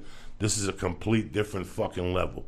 Whether it's the Alpha Brain, whether it's the Hemp Force Protein Shake, whether it's the new, the Strong Bone, whether it's the fucking Shroom Tech, which I took 2 of those off, and I went there and I rolled yesterday, and I got my ass kicked. Try it out. They got kettlebells, they got ropes, they got fucking battle ropes, they got fucking things you swing up in the air like a hula hoop. All that stuff. Go there. I don't care what you look at. You want your life to be better. You want to fucking be sharp. Fuck it. You know, I smoke dope like a motherfucker. My mind's always fucking going. Always trip. Bah, bah, bah, bah, bah, bah, bah, bah. That's the Alpha Brain. Why fuck around? Go to onit.com. Go to Joey Diaz, get 10% off your order, get signed in, get emails, get on the Stay On It program. Do yourself a favor. This ain't for fucking pushovers. If you try the Alpha Brain, there's a 30-day money-back guarantee. We don't even want the product. You don't do it one time only, all right? Go to joeydiaz.net, get yourself a gi patch. At the same time, go to On It, press in Church, CHURCH, and get 10% off your On It product. Again, what do I got to do here? What the fuck do we got to do here? I got to stand up and jump up and down, people? Listen, TV blows in the summer. It blows. It fucking blows. They put on the worst shit. Catch up on your television shows. Catch up on movies. Catch up on kid shows. Why fuck around? HuluPlus.com. They do not fuck around. Lee, what are the shows they have? My wife lives on Hulu Plus. I think she's watching House of Cards or some shit on there. Every week is something different. The other day she goes, you know what? Why are we messing around? The kids show that we like, the fucking, is on Hulu Plus. Hulu Plus is tremendous. $7.99 a month. You get kids shows, documentary shows, TV shows. You know, the Today, what is it? The Daily Show. Yeah, the Today Show. They have the Criterion Collection, like a whole bunch of cool old movies. Plus, they got original programming, right? Yeah. Oh yeah, they got a bunch of it. I'm telling you right now, stop fucking around. Go to HuluPlus.com. Why waste your time? $7.99 a month. $8 to get fucking TV, every show. Rock it, watch it when you want, where you want. It works on iPads, any fucking device that streams. There you fucking have it. You stick your fucking finger in a socket and it'll stream on your palm of your hand. Hulu Plus will deliver it. You understand me? Go to HuluPlus.com and press in. Joey in the box. HuluPlus.com and press what? Joey. In the box. $7.99 a month deal. But you're going, Joey, that's the same I get from the commercial, yeah? You don't get 2 weeks for free from the fucking commercial. Suck my dick and call me shorty. I was born in 1940. Bam! 2 weeks for free. Not 1 week, not 1 day. 2 weeks. 2 weeks. 2 weeks. HuluPlus.com today. Go there right now today. Stop with this other shit. You're wasting your fucking time. You got a fucking device, iPad, Roku, Uku, Luku, a television. Fucking it'll work for you, all right? Stop messing around. $7.99 a month, but what I'm going to do is give you 2 weeks for free. When was the last time somebody licked your nuts for 2 weeks for free until you gave them a check? Bam! Go to HuluPlus.com and press in. Joey. Who the fuck do you think you're dealing with, cocksucker? You want to look good? DollarShaveClub.com. Your balls smell good. Your asshole smells good. They got the wipes. What else they got? Warm-up Charlie's. They got the Dr. Culver's. They got the Dr. Culver's shave butter. They got the pre-fucking shave. But the most expensive. I'm getting ahead of myself. What's happening? But the best thing about the Dollar Shave program is it's $1 a month. That's right, Joey. $1 a month. $6 a month. Or how much? $9. $9 a month. $9 a month. Get your 4 razors, double blade razors with the aloe strips sent to your house. Nice. You look like fucking Bridget Bardot's pussy in 66. The $6 plan gets your 4 razors sent to your house, double blades, tremendous. No aloe strip. You rubbed it on in your own time. And the fucking $1 plan gets you 1 blade. It's 2 blades. What? Extra sharp. You could toast things apart and fucking cut the fat off your toe. You know what I'm saying? You could stab a Puerto Rican with it. That's how they roll over there at Dollar Shave. Well, the handle is like a weapon. And the fucking handle is like a weapon. You get 2 of them. You tell me you lost it. And put a fucking chain in between. The handle is tremendous. Every morning I shave with my Dollar Shave Club. I get 4 of them sent to my house. Tremendous razors. You don't got to stand on line like some fucking mook at some place behind some guy that stinks like dick. You don't got to stand at 7-Eleven behind some guy that thinks his day's going to be made playing the fucking lottery. You ever get behind one of those assholes? They go, oh yeah, let me get 609, let me get a scratched guy. You're a fucking stiff. It's not happening. Not today. You got a better chance of jumping off a fucking bridge and getting eaten by a shark than hit the fucking lottery. Get the fuck out of here. Dollar Shave Club. $1, $6, or $9, correct? Correct. Delivered straight to your house. You don't have to leave the fucking house. Go to Dollar Shave Club box and joeydiaz.net or go to dollarshaveclub.com and press in Church, CHURCH in the box and get your fucking razors sent to your house starting today. Also, my main man, EscapePodTank.com for all your sensory deprivation needs. They got tremendous tank. Just the tank model will give you $150 off. If you mention me, you get another $1.50 off.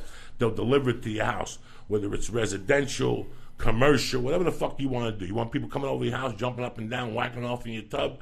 You can charge by the hour. You want to jump in there yourself and scratch your nuts and sniff your fingers underwater? That's up to you too.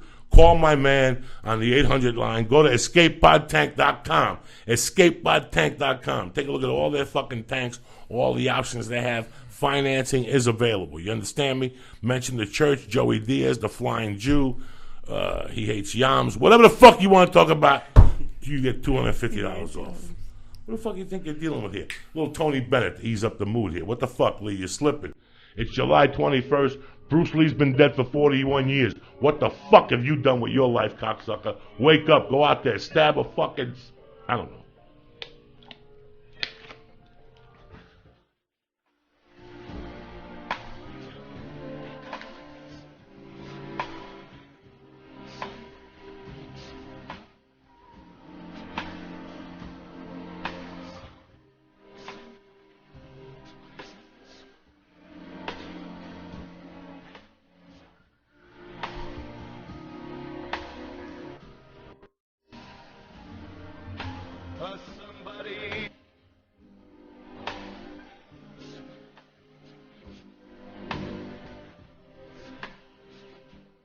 With me.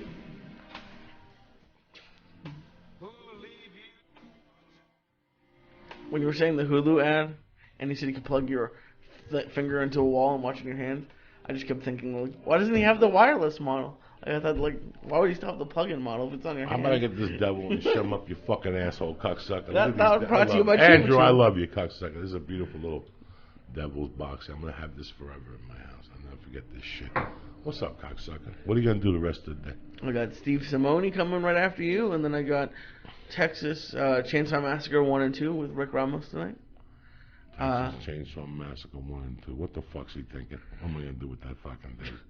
He gonna make you sit through horror? Doesn't he know he don't like horror? You're gonna fucking cry. You're gonna call me 18 times. Papa, are they really scary?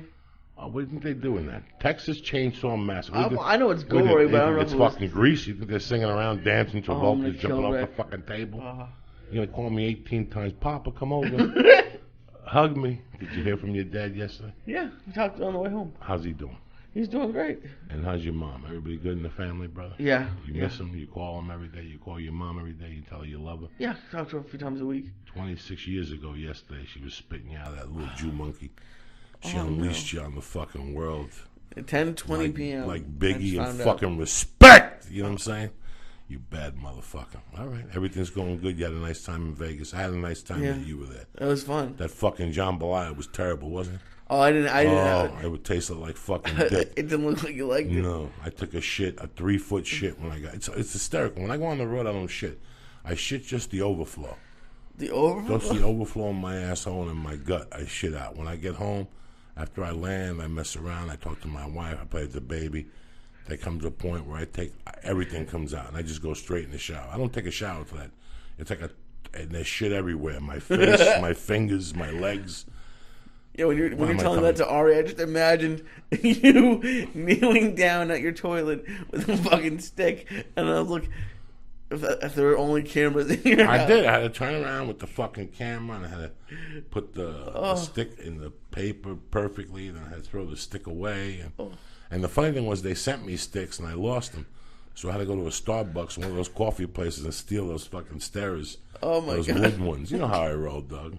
Never a dull moment. And you have the colonoscopy coming up? August 4th. Are you worried about it? No. My dad says it's not that bad. No, it's not bad at all. I got to just drink... what I'm going to do is the week leading up to it, I'm really going to fluid up my diet. Okay. I'm going to just start by soup, juicing and juices and, all that shit. Just a lot of juices.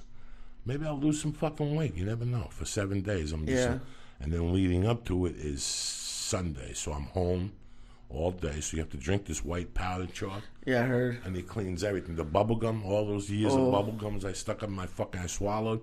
I'm going to blow a big... When they stick that can up my ass and that bubble blows up inside of me, I might not make it back from a fucking colonoscopy. God forbid, knock on wood. What the fuck? We got to do the church every day. We got to keep the tradition going. We got to keep some fucking balls in your asshole. Talking of which, I got pretty stoned yesterday. I get stoned on the Lord's Day. I like it. After Jiu-jitsu and everything, I got pretty high last night before I went to bed.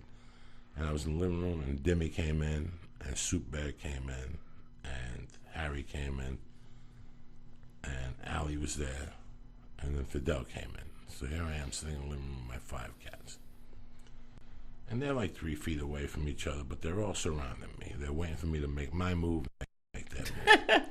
I turn the TV off, and I'm just sitting there watching, you know?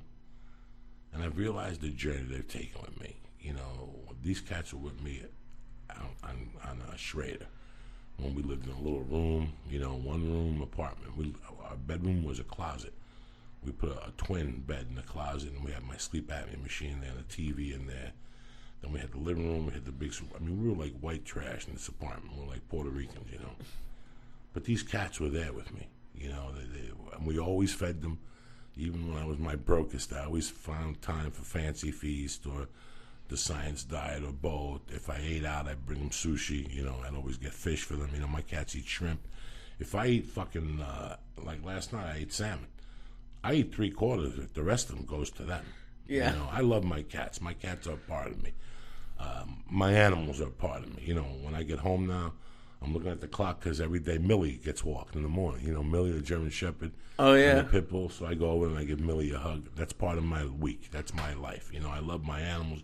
They make me feel better about myself. I don't know why. We don't know why. Nobody knows why you wanted to adopt a dog. I don't know. They're great. They're just great. Animals are fucking great. And they, you know, there's some mornings when I wake up a little unsure about myself. I'm a little insecure. You know, some days you just don't have it. You don't fucking have it every day, you know. But I tell you what, sometimes I stumble into it. I take a piss, I brush my teeth, you know. I put the coffee on, and I turn around. I'm still out of it, but I look down. I almost kick one. Get the fuck out of the way. In the middle of all that, they're there to greet me. So I get on my hands and knees, and I pet one. And right around when you pet one, the other one jumps on mine, and then the other one flips on his back because he wants more attention. And right away, I'm laughing. Yeah. Which means they did something. They gave me an action, a reaction. You know, they love, you know, Harry doesn't like when you touch his stomach, so he'll let you touch it for like 2 minutes, then he gets pissed. His back will go at you, yeah. And Harry's a fucking sweetheart. Yeah. You know, Harry has no malice at all. He just doesn't like his stomach touched. And I was watching one of those Animal Planet shows. What cat doesn't like touched? And it's his belly. They don't like being too much when they fight. So I always thought it was behind their tail, you know? But I'm sitting there last night. This is a story a lot of people don't know about me. I'm sitting there last night, and it's just something. You know, I was telling Terry, we're going back to see her parents. I go, you know, Terry, I've lived my life. If the fucking plane goes down, you get $250,000. See what I'm saying? That's the bottom line. That's life, guys. And I go, you know, your grandparents, I mean, your parents, if they fly here and the plane goes down, you get $250, but Mercy dies, we lose Mercy. You know, I was just talking to them about and I was looking at that, and last night I was thinking to myself, what if, you know, 50, what if I passed in 5 years, you know? Who would take care of my cats? Who would, like, if something happened to me and Terry, who would take care of the cat? Yeah, I'm concerned about Mercy, but I also owe those cats that commitment. You know, when I was 15, before my mother died, that summer I got a dog. Yeah. I named him Crystal because I used to be into crystal THC. I used to do, which is fucking gorilla biscuits, it's angel dust. So me and my friends would get high on the weekends on crystal. And also I got this dog, he was white, and he had like yellow spots. He was a mixed dog, just a mutt, you know, but he was a great dog. And I took him in, and he was my first dog. And I made a lot of mistakes with him. I hit him with a newspaper because that's what they told me to do, you know, and I put his nose in piss because that's what they told me to do. But I didn't enjoy doing it, but I was too stupid to not know, you know. And when my mother died, I had to live with the Benders, you know, I had to get rid of the dog. Yeah. And I tell you, man, till today, that fucking eats me. And another story people don't know is after about 2 months after my mom died, I jumped the fence. I got so fucked up one night, and the pain was so overbearing, not only of my mother, but of giving that fucking dog away, that I jumped the fence where he was living. The people would leave him out at night, and I would jump the fence and play with him. And one night the lady came out, and she invited me in, and she goes, "You're fucked up." You know, I was really drunk. You know, I reeked of alcohol. I probably had a lewd in me, and I was doing a little coke. But that was the last piece of me. So when I looked at those cats yesterday, I was like, I hope that doesn't happen to them. You know, because it's tough getting a home for older cats. The girls are too fat. You know, nobody's going to take them. But I know Damon will take Fidel out of respect, and I know you'll take Harry and Demi because you can't take one of them. Right. You got to take the brothers Johnson together. And then somebody who has a coke problem or somebody who needs help should take Superbad because he helped me get off the coke. And let me tell you something, Superbad's a great fucking cat. And it's, he's no fucking cat show winner, by no means. He's got a little head, his body's fucked up. Really? Yeah, he lost his fang, but Superbad has magical fucking powers.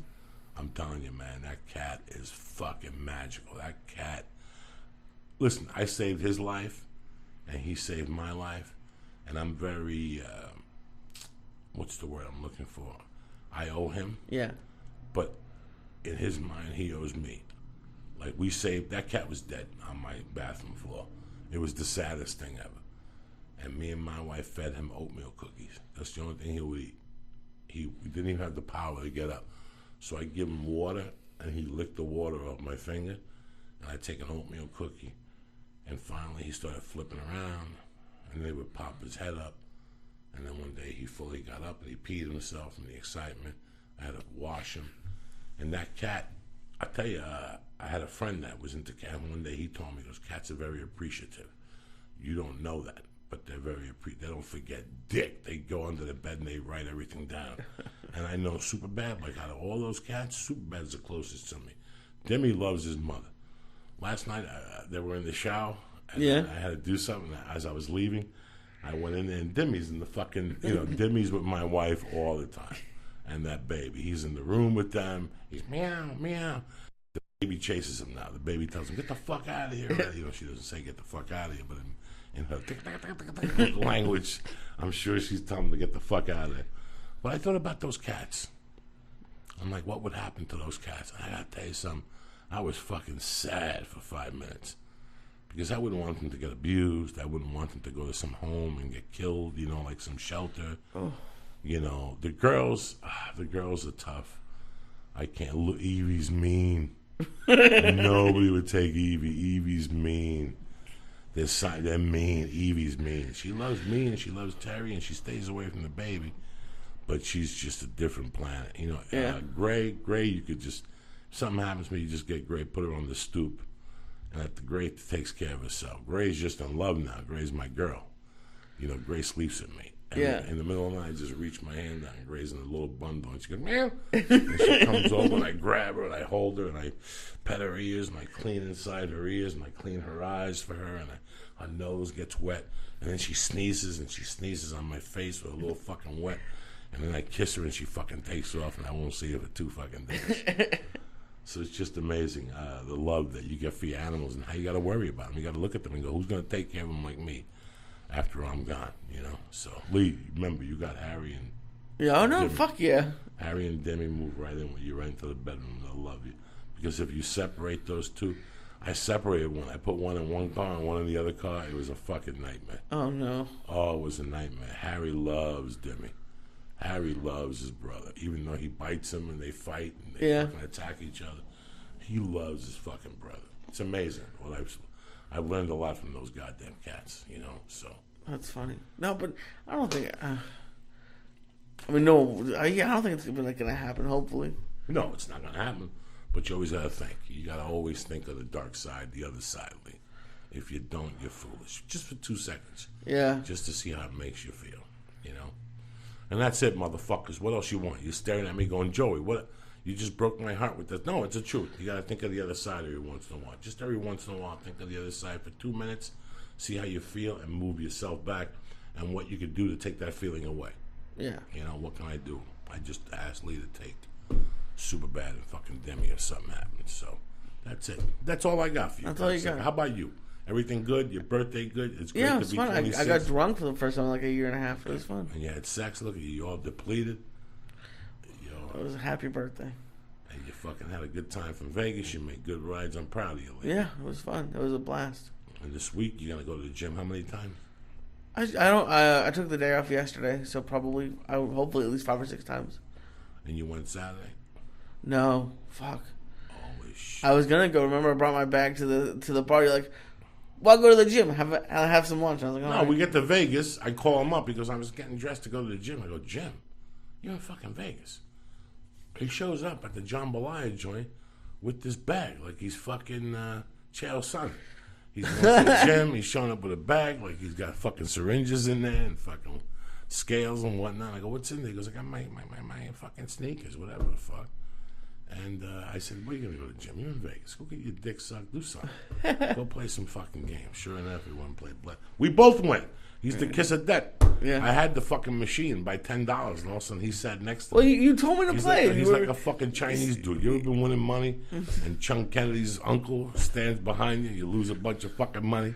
Don't let Chinese people stand behind you, and don't let Jews sit next to you on the what were we playing? Oh, you were playing video poker. That's right, video poker. I don't even know what the fuck I'm doing. You know that? No, I have no idea. I was watching you. I was like, what is... Oh. I just learned myself. Anyway, I love you, cocksuckers. Have a great day. We'll be back Wednesday. Rocking the house, 9 o'clock at night, maybe. I'll let you guys know. I love you guys. JoeyDiaz.net for all your tour dates, gi patches, T-shirts, mugs, fucking whatever the fuck you need, go there.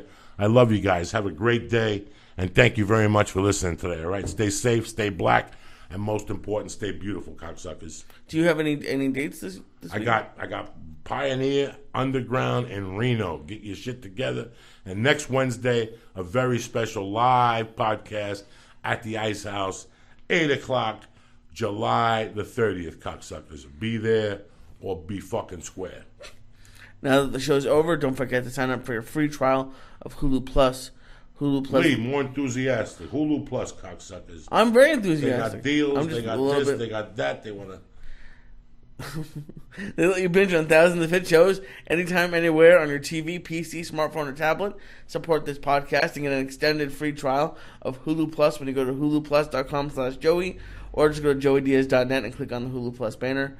And also, don't forget to sign up for DollarShaveClub.com. Get high-quality razors sent to your door every month for a fraction of what you pay at retail. Now, go to DollarShaveClub.com/church, or just go to joeydiaz.net and click on the Dollar Shave Club banner. Also, go to Onnit.com, get all of your optimization things, like the supplements and everything they have there. Mention church and get 10% off. And go to EscapePodTank.com for your sensory deprivation tank needs. Mention that you heard about them on the church, and they'll give you an additional $250 off. Well, Christina Pajitsky. You did it. It's close enough. What the fuck? Listen, you're fucking Joey Diaz. I can't. So it is Christina. Christina, yeah. But you're perfect as you are. I love how you said your mother sucks your cocks. Is that what you said in the round? I don't even know. You're inspired. Your ass smells like a dead cock. What? Oh. What, Lee Syatt? Fuck it. You don't smoke dope, right? No, I do, but I don't. I can't smoke socially. I get very weird. I get in my head. I like to smoke alone, and then I go on a vision quest and I think about life. I write jokes. I'm an alone smoker. Nice. I also drink alone. I heard that's not good. Do you drink alone? When I used to love to snort coke alone. Look out the window and jerk off, and take a shit and look at it for 10 minutes and realize what I ate the last 3 days and break it down. You looked out the window. Did it make you like paranoid? Yeah, but it was weird. The path was very different. You know, with cocaine, it's like anything else. It tricks you at first. You have a good time. Your dick works. Everybody's happy. Yeah. You do that shit for a couple of years, and it turns into something else. Like everything else. You know, heroin, weed, everything could get dark on you. Too much anything. It's not good for you. Even Subway sandwich. You know what I'm saying? You eat 5-6 subs a fucking week. You'll shit, you know. God knows what'll come out of your ass. Windshield wipers. It smells. That's a road dump. When you're on the road, do you eat a lot of Subway? No, I used to. When I used to drive all over this great country of ours, I used to eat a lot of Subway, veggie and cheese. Really? Long on white. That's my all-time favorite. Veggie and cheese. Yeah. With the veggie patty or just the vegetables? No. Fuck the patty's veggie so patty. gross. No. Fuck that, yeah. Piece of cheese and throw some lettuce and tomato. Like a border. Listen, I like a fucking cheese sandwich. Ain't nothing wrong with a couple pieces of fucking American cheese on white with some mayonnaise. Okay. At 12:30 when you come in with a glass of iced tea with ice cubes, come on now. Who the fuck you think you're dealing with? Some fucking novice that wants, let's go to Burger King. No, bitch. Go to your house, a little salami and American cheese on white. I don't know if I can survive mustard, this podcast. with some fucking iced tea with your feet up, scratching your nuts, sniffing your fingers, eating that sandwich at the same time. At the same time? You ever eat a sandwich and scratch your fucking nuts? I must have. That's the shit that kings do. You understand me? Fucking kings, presidents, whatever the fuck you call them, dictators, cult leaders. They sit there and they eat and they scratch their nuts. That's power. Any fucking body can have some limo to drive them somewhere. Let me see you fucking eat and fucking scratch your nuts at the same time. This is unbelievable. I love you so much, Joey. I love you too. Do you know that Tom Segura, my husband and I, we have Joey-isms around the house? Just so you know, you live in our home all the time. I love you, Number one, we don't call quinoa, we call it quinow. As Joey Diaz pronounces it in our home. Quinow. Am I saying it right? I don't know what the fuck. I don't even know. It's quinoa, I think. Quinoa. It's quinoa in our home, thanks to Joey Diaz. Do you like quinoa? Do you ever? No. I think I've eaten it one time on a plane by mistake. Like I was stoned. Yes. And they gave it to me. I'm Virgin, because Virgin American gives you one. shit like that. That's a good airline. They give you quinoa and shit like that. Yeah.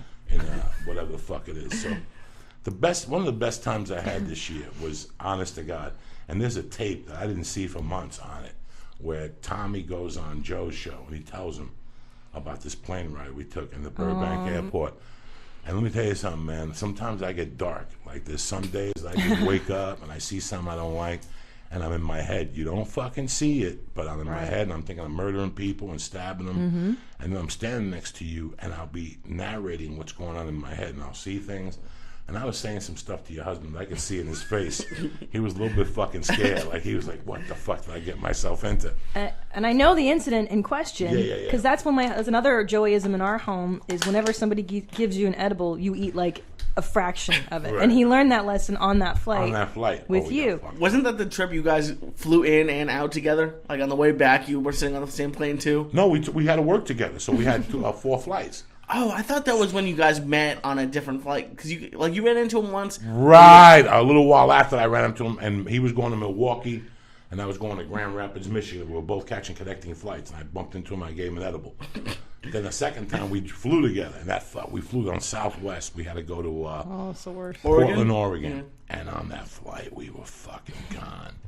Like I must have gotten 3 anxiety attacks. I just kept closing my eyes and listening to Michael Schrenkner, the fucking first album. That's what I was going to ask you about the anxiety attack, because I have a running level of anxiety being a comedian and not knowing the future for employment. You know, it's like an ongoing thing.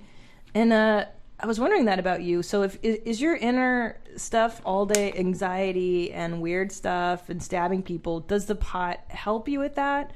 Or does it distract you from your normal thoughts? Tonight was the first time we've smoked in a long time here. Yeah. I didn't eat a lot of edibles this week. Like I didn't eat edibles, and I started smoking again. One hit here. I put a pipe outside the house now. So you see, when I sit in front of the fucking computer, I just keep loading that motherfucking going. Right. I can't do that. So when I get up now, no more smoking reefer in the morning. Like I used to get up and get high. No. So I just go now till about 1 or 2, and after I finish jiu-jitsu, whatever my mornings things are, then I'll smoke 2 hits on the balcony just to get the party started in my head. Right. And then at that time, I was going through anxiety because I was on testosterone. Oh. Okay. And something was going on with me where I would run out of oxygen, and that would take the anxiety up. Ooh. So like I said, I went to put a seatbelt on, and I would not breathe. I would not breathe, and then that backup of air would give me stress. So I went to see a whatever the fuck you call them, some people that fix your head. And she hypnotized me and said that whenever I feel that coming on, to tell myself I'm in my skin and I'm in the island of serenity and stuff like that. Now I don't have that. I do breathing exercise in the morning. That's great. With like a monitor, and like I told you, with the heart rate monitor. But I've been doing them for a while without the monitor, so I still get it. Yeah, I First have it time too. when I go to jiu-jitsu, when I start hitting the bag, when I got in the epileptical, there's a point where something happens. And I get this skunk sweat that comes out of me. It's the first reaction to your body's working out. And I go into a panic mode. I can feel it. I go into panic mode. Like my body doesn't know what to do for a couple minutes. It's a transition. And I can smell the sweat. And it covers, it's like humidity. It covers every part of my body. I can feel it everywhere. And after I pass a certain point, boom, it goes away. But for those 30 seconds, it's go home. You're going to have a heart attack. What if you die? You can't do the podcast. You'll never see your daughter again. It's all these negative thoughts shooting in my head, machine gunning to get out of there. Don't do it. It's the same things that happen to me before I go on stage sometimes. It's like a reverse thing where everything just comes out and tells you you're a loser. You know, you're not going to do it. You're going to bomb. They're going to hate you. What is that? You know, I was telling Dom Herrera at the Ice House that day at 5 o'clock, I was thinking of calling the Ice House. I caught myself thinking about calling the Ice House and going, I'm done. And I knew that if I canceled, I'd have to quit comedy. Like, I was in that deep in my head, ladies and gentlemen. This is 3 fucking weeks ago. 3 fucking weeks ago, I'm sitting on my couch on a Friday thinking about why the fuck did I take this weekend at the Ice House with Dom Herrera? If I cancel this, I'm going to have to quit fucking comedy because it's going to get out that I canceled at 5 o'clock. I pulled the Mitch Hedberg in Baltimore. Remember, he canceled at 5 o'clock on a Friday and shit. He canceled the whole fucking weekend, like a month before he died. A lot of people don't remember that. I don't. And the I didn't know improvs were that. scrambling to fill the spot. 5 o'clock. You got 3 hours till fucking not 8 cool. o'clock. Not This is cool. where you get, ladies and gentlemen. When you're a comic sometimes, you know, I bet fucking, what's his name, Bacon doesn't get that. You know, he's perfect. Well, I actually wanted to talk to you guys about it. It's funny you bring it up. Like yesterday, for some reason, I had, because I'm getting health insurance, and it's going to cost me about $300 a month. And I had like this panic attack for like almost the entire day. Because you had to Like, spend fucking $300 a month. not and 'cause- the Jewism came out and shit. Not just that. And trust me, guys, I bet if you went and all the podcast producers, I probably make more than most of them, because a lot of people do it for like $25 a show, something like that. So I'm doing fine, but it's not the money I could make if I was in an office on TV.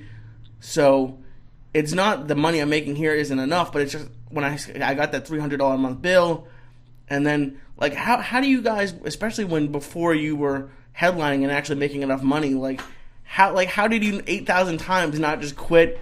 Oh, Like, it's just, the worst. It was the entire day yesterday, and I got home from a podcast late, and I was like, oh, it's going to be okay. I have Steve Simone CD and other stuff.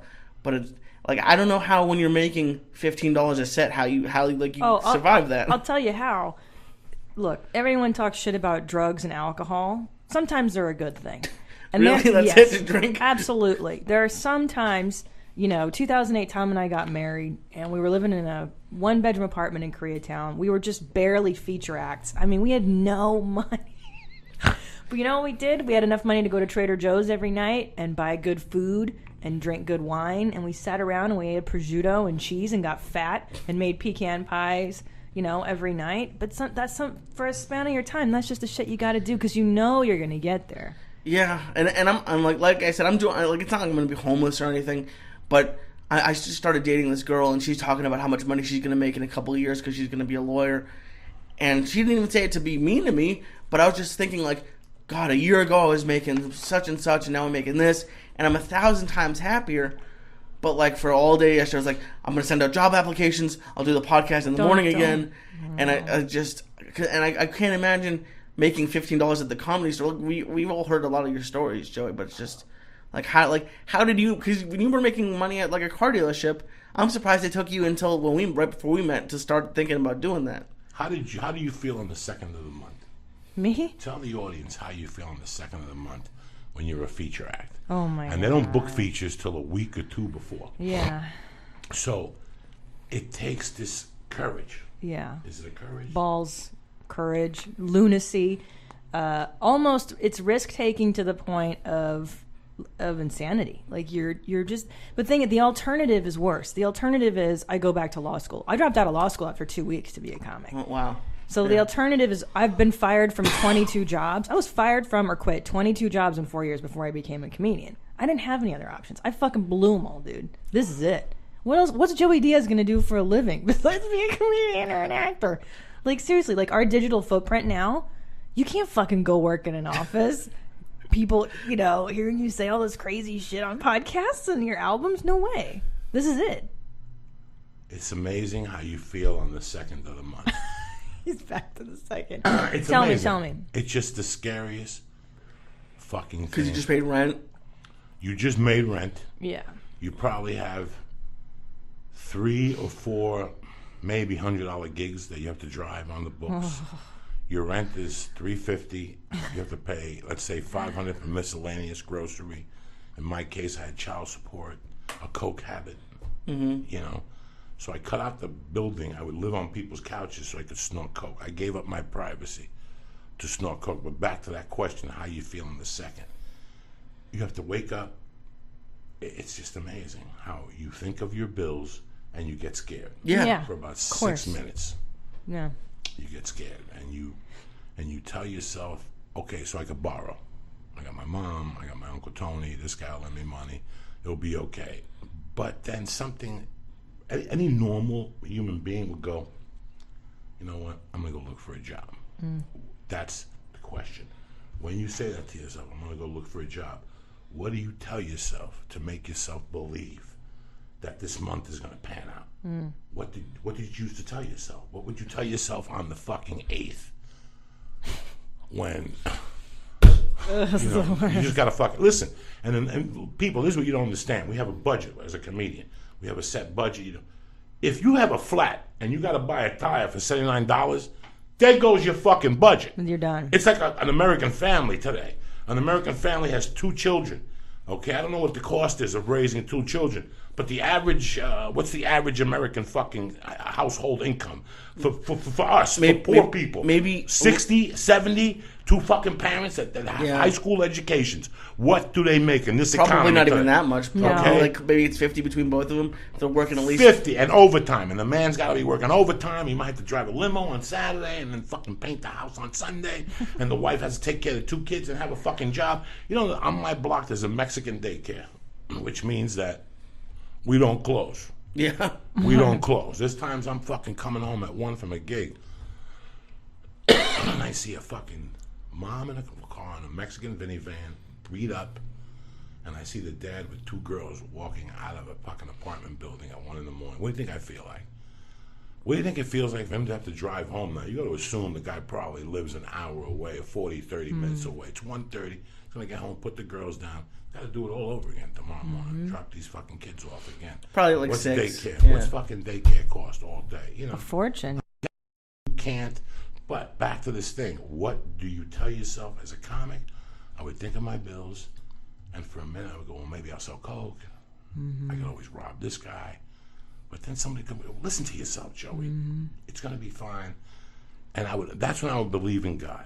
Yeah, you have to. That's when I would believe in God for some reason or another. What God? I don't know. The Jew God, Santeria, Jesus, Buddha. I believed in somebody. And I closed my eyes and I put it on to the universe that this is going to happen. And one night you're sitting there and it's the 22nd.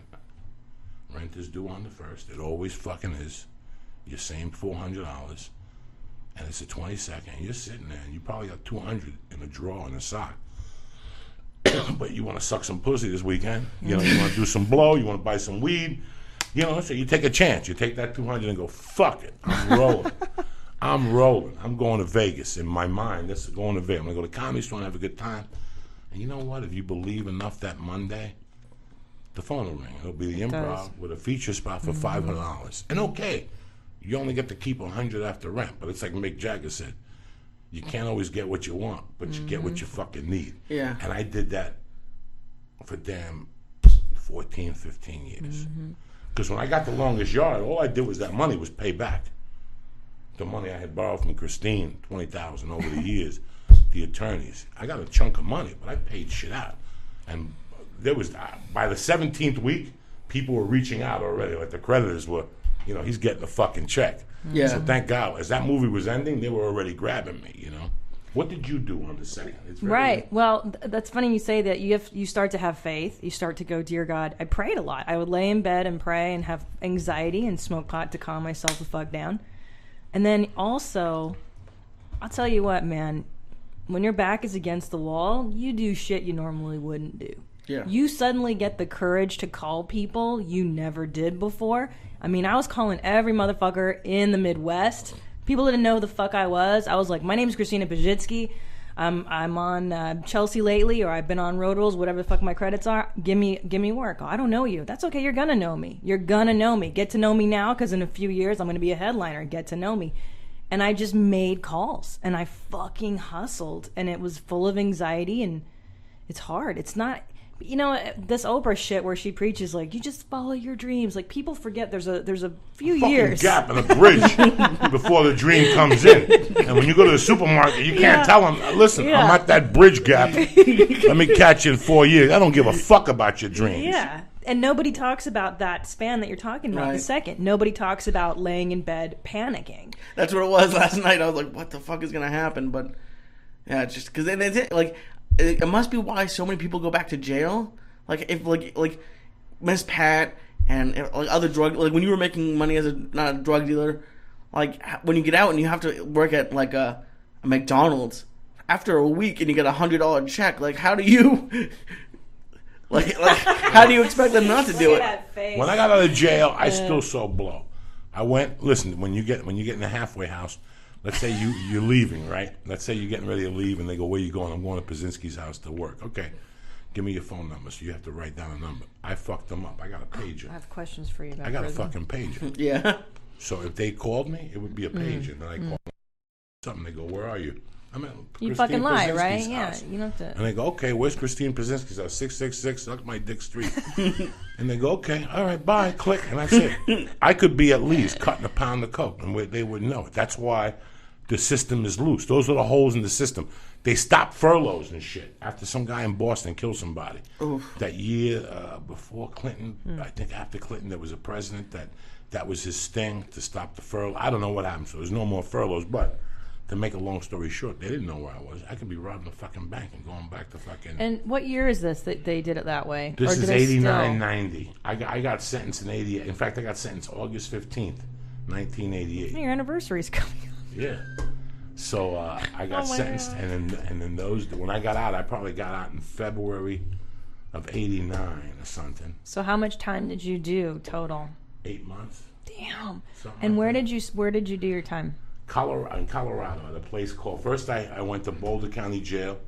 Then they took me to this jail up in the mountains in a ski resort, which was a fucking party. You went to like a white person jail.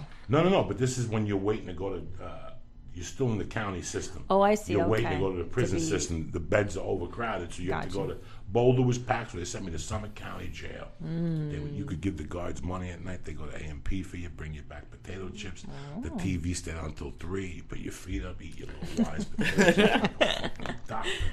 So I was there for about a month, and then they shipped me to DOC, that's Department of Corrections, where you go through diagnostic for 2 weeks. Then after they get everything, they ship you to your destination. I ended up at a place called Camp George West in Golden, Colorado. It was an old Army barracks. And now I've been watching Orange is the New Black. I don't know shit about prison. I watch Lockup a lot. Did you have to side with your race? Did you have to like go with? I mean, did you identify white or Latino? No. What did you do? I squirmed my way through it. Don't ask me how the fuck I did it. It wasn't a big gang place at that time. It was 1988, guys. It wasn't a big like Mexican gang place. They were Mexican guys and they called themselves something, but everybody did business with each other. You know, the fucking Mayates, the blacks hang out at some place. The fucking browns hang out at another corner.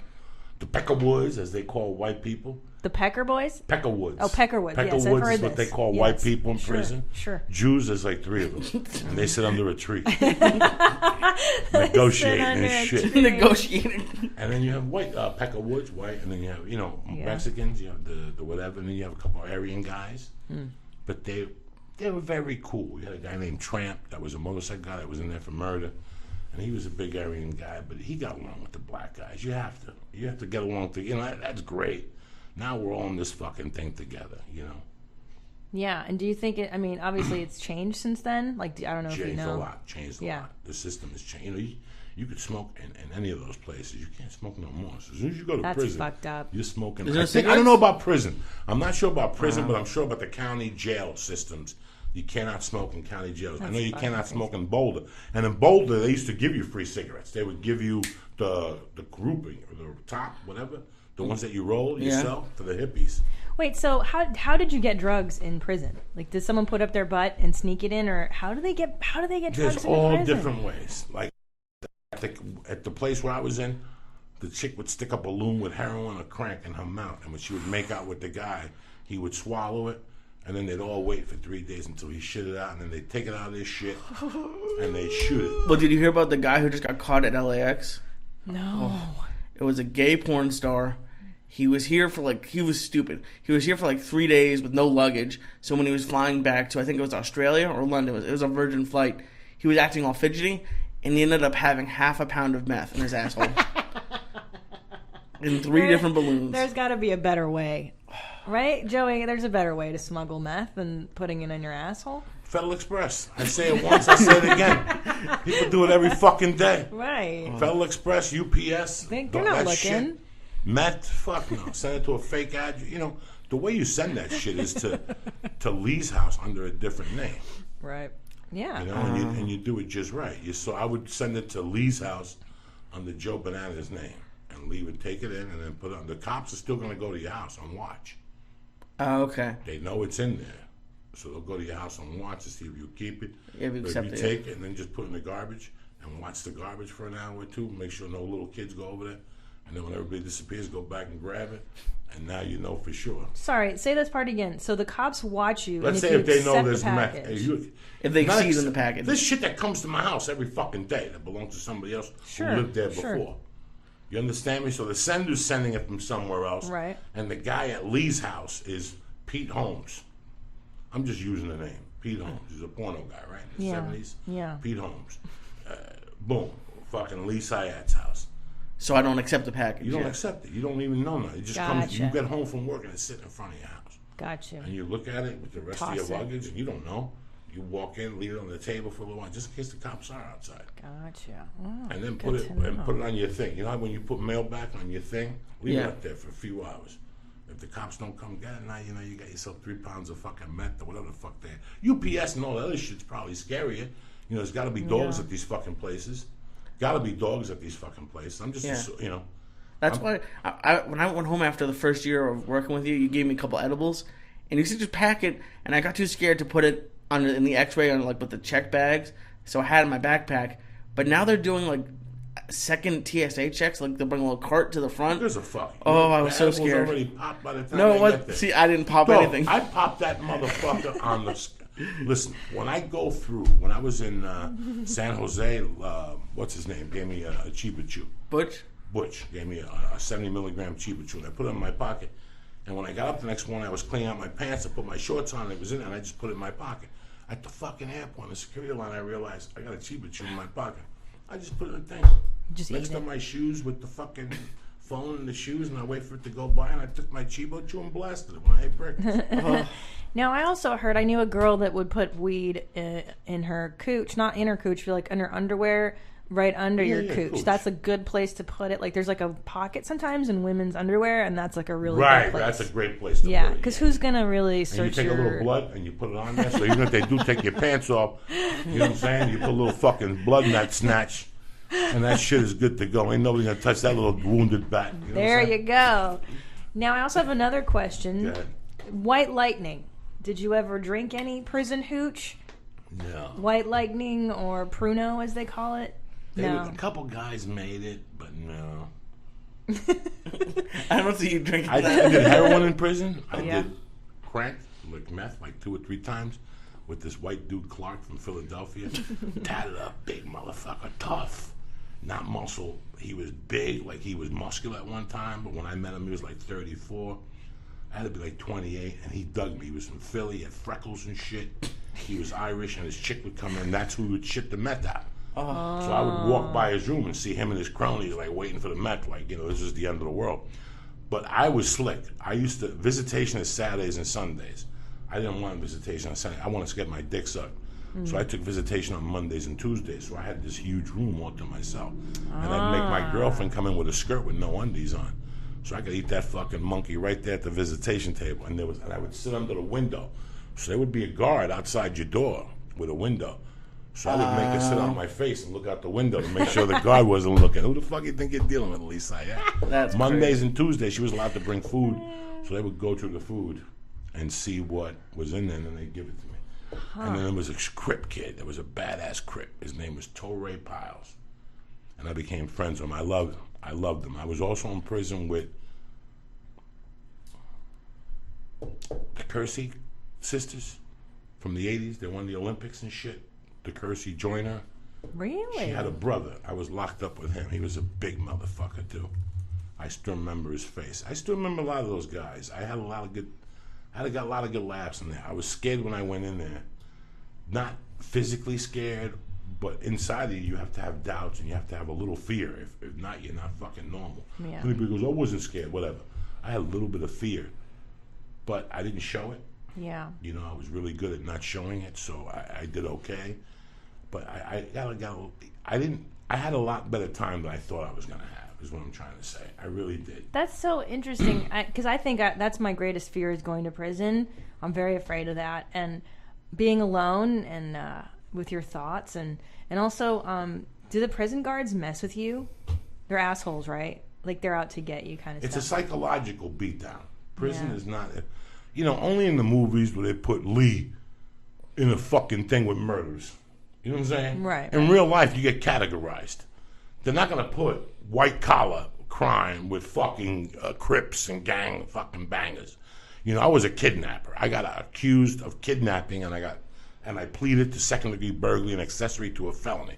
What's that felony? Kidnapping. My attorney weaved through it, and it got it non-violent. Nice. Kidnapping is as violent as it fucking comes. My attorney hired a public investigator to get it non-violent. And we came up with facts from different people. So he went to different people that I grew up with, and they asked him different stories, so he never get into a fight, his temper. But we had to fly the guy out to Jersey. He asked people questions. You know how those fucking people are. They don't want to answer nothing. They don't know nothing. I had to call them up 8 times. If the guy comes to your house, let him in. Nobody will let the fucking guy in. You know, so it was just, so that's only in the movies. So you're with people that are also nerds that, you know, they're in there for getting drunk and running somebody over by mistake. Right. You know, which DUIs. can happen to anybody. It can happen to anybody. Really not that I was crazy. in there with a kid that I remember still his face and how scared he was every day. He was petrified. And his parents would come see him every Saturday and Sunday, and they were petrified. And at the end of the visit, the whole family would cry, and the sister would cry. And it was so sad because this would never happen to them. This was like, you know, like they never dreamed of this. You can tell these were nice white people. Right. They were the Waltons. You know, this shouldn't happen. And the kid told you, the kid goes, I never drank. I went to a party, whatever the fuck those things are. Yeah. And they made him do the fucking beers, and he got in the car without nothing. Boom. And he hit some fucking guy on a bicycle in Colorado Springs. Bam. 8 years. It could happen to anybody. 8 years of your fucking life. Just like that, you dumb fuck. For having a cocktail. It can happen for with anything. I know. Anything. Tonight on the way home. You can't see nothing. I can't fucking see at night. And these jerk-offs come out with a fucking bicycle. The bicycle ones make me crazy. The bicycle make me fucking crazy. Are you out of your mind? Those are the biggest bald people in the world. Yeah. And to ride a bicycle in this fucking neighborhood. In listen, LA? when I see 3 Asians in the neighborhood, I ain't riding no fucking bicycle behind cars. and I love you. I'm not saying nothing bad, but you don't want to ride a bike around fucking Asians. I told Lee my story the other day when the Asian drove me off the fucking cliff in Boulder, and the teacher ripped this thing up. You can't even write that shit. And the Chinese kid's sitting there all fucking confused.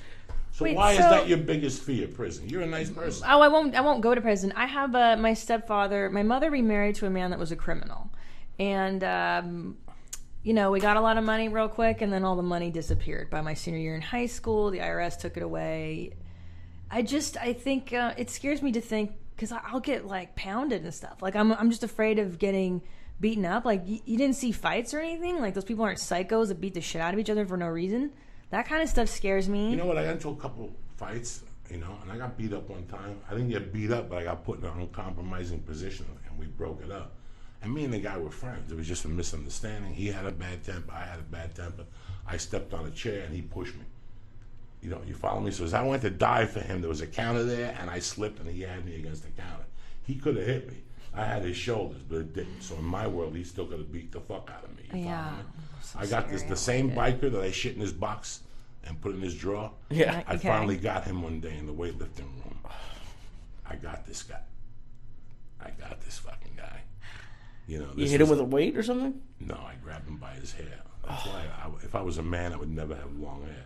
Never. It's bad. The first thing I go for is an earring. Yes. After 30, I would go for a fucking earring because I'm not a tough guy, and I got to shock you. I got to get in and out. My mentality is to get in and out of there. Mm-hmm. I rip your fucking earring off of your gold chain. I grab your gold chain. I twist that motherfucker around till it breaks or you're fucking breathing for air, turning purple. I don't give a fuck. So I took this guy. I was in the way, and this guy used to always bust my balls. He used to make little remarks to me whenever he was around his little biker buddies. And one day we got into a conversation about the hot album when I was in prison. There was 3 hot albums. What's that? We're gonna laugh. I want you to play. Let me finish this story. I used to, and I'll do an impersonation for you. You'll love this shit. this kid was a biker kid. One day we're having a conversation. Clark was a biker. The kid that gave me the speed was a big-ass bike with brown hair, big motherfucker, good-looking dude. And he was my entry into that thing. Nobody fucked with me because I knew Clark from Philly. But he didn't like me. There was like two dudes that looked at me kind of weird. They always made Italian remarks. They made stupid remarks at me. But this guy one day, we're talking about Mr. Brownstone. Mr. Brownstone, unless you're a fucking moron, it's about fucking heroin, okay? Mr. Brownstone won't fucking leave me alone. It's about fucking heroin. This idiot and his buddy tried to be cute, like tried to pull like, they try to be like comedians. You know when you do a podcast with comedians, they try to be cute. So you took it in the ass, and that's stupid. He was trying to be cute. So I first shit in the box. I took the shit. No, that's not the song. I took the shit and I shit in the box. And I fucking put it in his drawer. And after about a month, he found it. This was like a 22-inch shit when I put it in this box. It was it was a cheese box, welfare cheese. They said that's what you eat in prison. They just slice it and tell you it's American cheese. I took the cheese out. I took a shit. And I had to fit it in the box. And I took a flag that we put in BLTs, American flag. There you go. And I put it in a piece of shit. And I put the lid on it and put it in his drawer. And this motherfucker didn't find it for like 4 weeks. He finally found it. And he was like going crazy. Somebody shit my thing. And I thought that would satisfy me with him, but it didn't. And I knew I wanted to jack this motherfucker. You did. So I had like a month left in there. I knew I had gotten my reconsideration. So you were on your way out. You knew this is your last chance, yeah. But I didn't. If you know anything about Joe Diaz, this guy was not getting away with this. I knew something. I was either going to steal his radio, something, his jacket, something was going to go down. And I'm in the weight room, and the weight room was / a combination weight room, laundry room. Mm-hmm. So he was in there doing laundry. You could pitch your laundry in for the weekly thing that don't cost you nothing. Or if you prefer to do laundry on your own, they had 2 machines in there. You go in there. So I'm lifting, and he's talking shit to me. And it's just me and him, and there ain't no cameras. Oh. And I asked him, what happened? And he goes, you know, he's one of those guys. You know those dudes that smoke a cigarette and they laugh when they smoke? Like you like that fucking song I can't stand. The boys are back in town. I hate that fucking song. I fucking hate that song. It makes me so angry. Because if you're a guy and you sit around with your buddy like, go shoot yourself tonight. Don't even let the podcast finish. Those fucking morons. You know which ones I'm talking about? Yeah. The boys are back in town. And they sit, look at each other like we're the boys. And meanwhile, there's nobody sitting by them. They got no strippers. They got no drugs. Nerds. They got no jobs. They got nothing. They're nerds. But they're those guys in high school that were cool. Yeah. And the one guy, and he would always smoke a cigarette and he'd go, one of those jerk balls. And he said something, and I'm like, what'd you say? I'm like, well, let me talk to you. And I went up to him as peaceful. Like I tried to really work on my body energy and my face. I didn't want it to get red because they didn't even know I was going to fucking knock him out. But I didn't even do that. I walked up to him slow, like I had to ask him a question. What'd you say? No. And I fucking grabbed both his hairs. He had long hair coming down. And I had done that before, and I remembered I loved that movie. And I grabbed his hair, but I got that's how you do it. Right away. And I saw I pulled him down, and he was wide open. Mm-hmm. By the time he grabbed my fucking wrist, it was just uppercuts. Bam, bam, and then, but here's what I did even better. I got him, and I punched him. He grabbed my wrist, so I had nowhere to go. So I put his hand around his fucking ears. I banged his head again. There was a bulletin board, Christian meeting, 8 o'clock in the library. I banged his fucking head, you motherfucker. And everything that I had gotten in, like every rage that I had, and when I finished, I could say his eyes were all fucked up. Somebody came in, what's going on in there? And that was it. He never even spoke to me till I got out of there that much. And he went back and reported to the commissioner, but the commissioner was Clark. So the commissioner said, yeah, you goofed on him. What the fuck? I'm not going to go after him because you got fucked up. And I'll handle it. He wasn't going to handle it. I rocked this fucking world. He had never seen somebody grab your fucking hair and cup your ears and bang your fucking head against the door. That's Juan Tuero type shit. Don't Be Cruel by Bobby Brown. That's a good mood. Oh, I love that song. That's funny, Bobby Brown. I used to get into fights with black girls, and they would always sing this shit in Let me tell you something. Great in 7th grade. I know that. I said this on the Bert Kreischer podcast, that or with Felicia and Bert Kreischer, that you don't know what people go, well, what's prison like? I go, you don't know what black people like till you go to prison. Like people think black people yell in the movie theater. Don't go to prison. I bet. Because they don't shut the fuck up all night long. Yo, Torell. But right here, look up from the beginning. This is what my bully used to sing to me. Okay, so there were 4 black guys. Etchy, Antoine Spencer, a.k.a. Chicken. There would be Graveyard, this other badass nigga, right? Badass niggas, right? And Torrey Powell. Put it from the beginning. I did. And they'd put it from the beginning, from all the way from, and they'd be like playing cards. Yeah, nigga. Yeah. And all of a sudden this would come on, and it was like African there. They would just start fucking going nuts and shit. 4 black guys, 16 yams watching, and I'd be the only white dude there. Yeah, I'd be fucking loving it off the energy. They'd be hugging me and shit. Cuba dance, but there's a part. Fast forward it. How much? Like 3-4 minutes when he goes into when this goes. Yeah, when this just the goes. rap part, yeah. When the just right, the rap part. Yeah. There you go. It's called Right here. Crank that.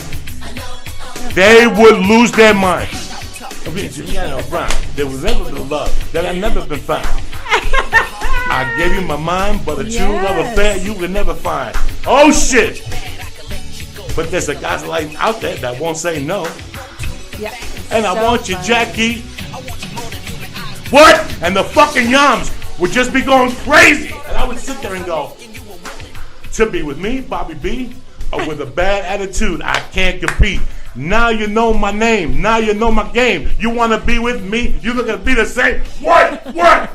Oh, shit.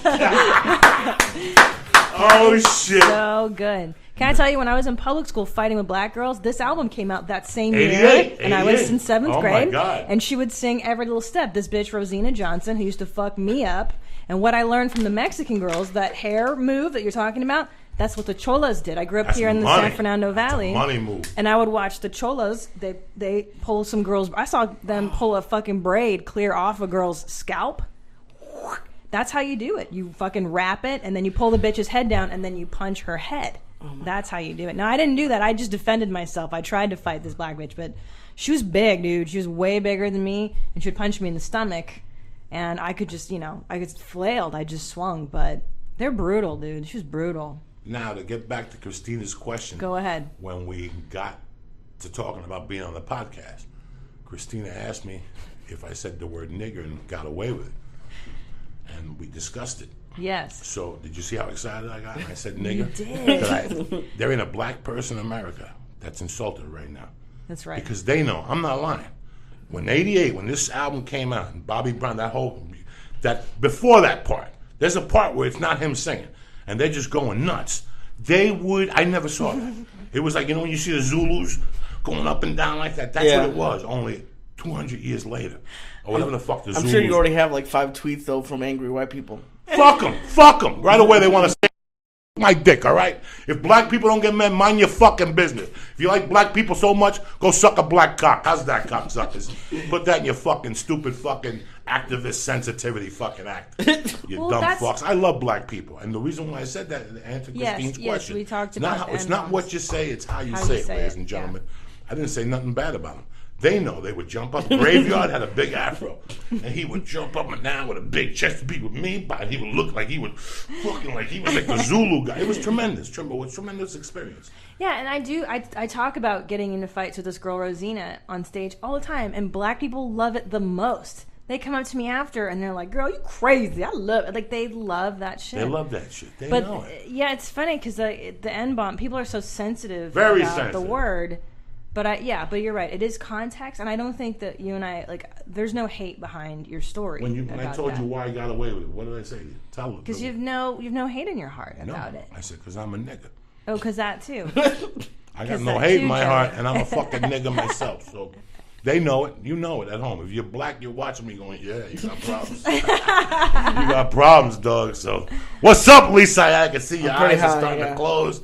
I can see you over there. I caught you dreaming about a cold cut sub from Subway on 12 inch. I think when that Green Hornet melted, it got stronger. Yes, it did. That was a beautiful Green Hornet. Oh. The fucking Green Hornet Gummy Man melted in the 104-degree weather today.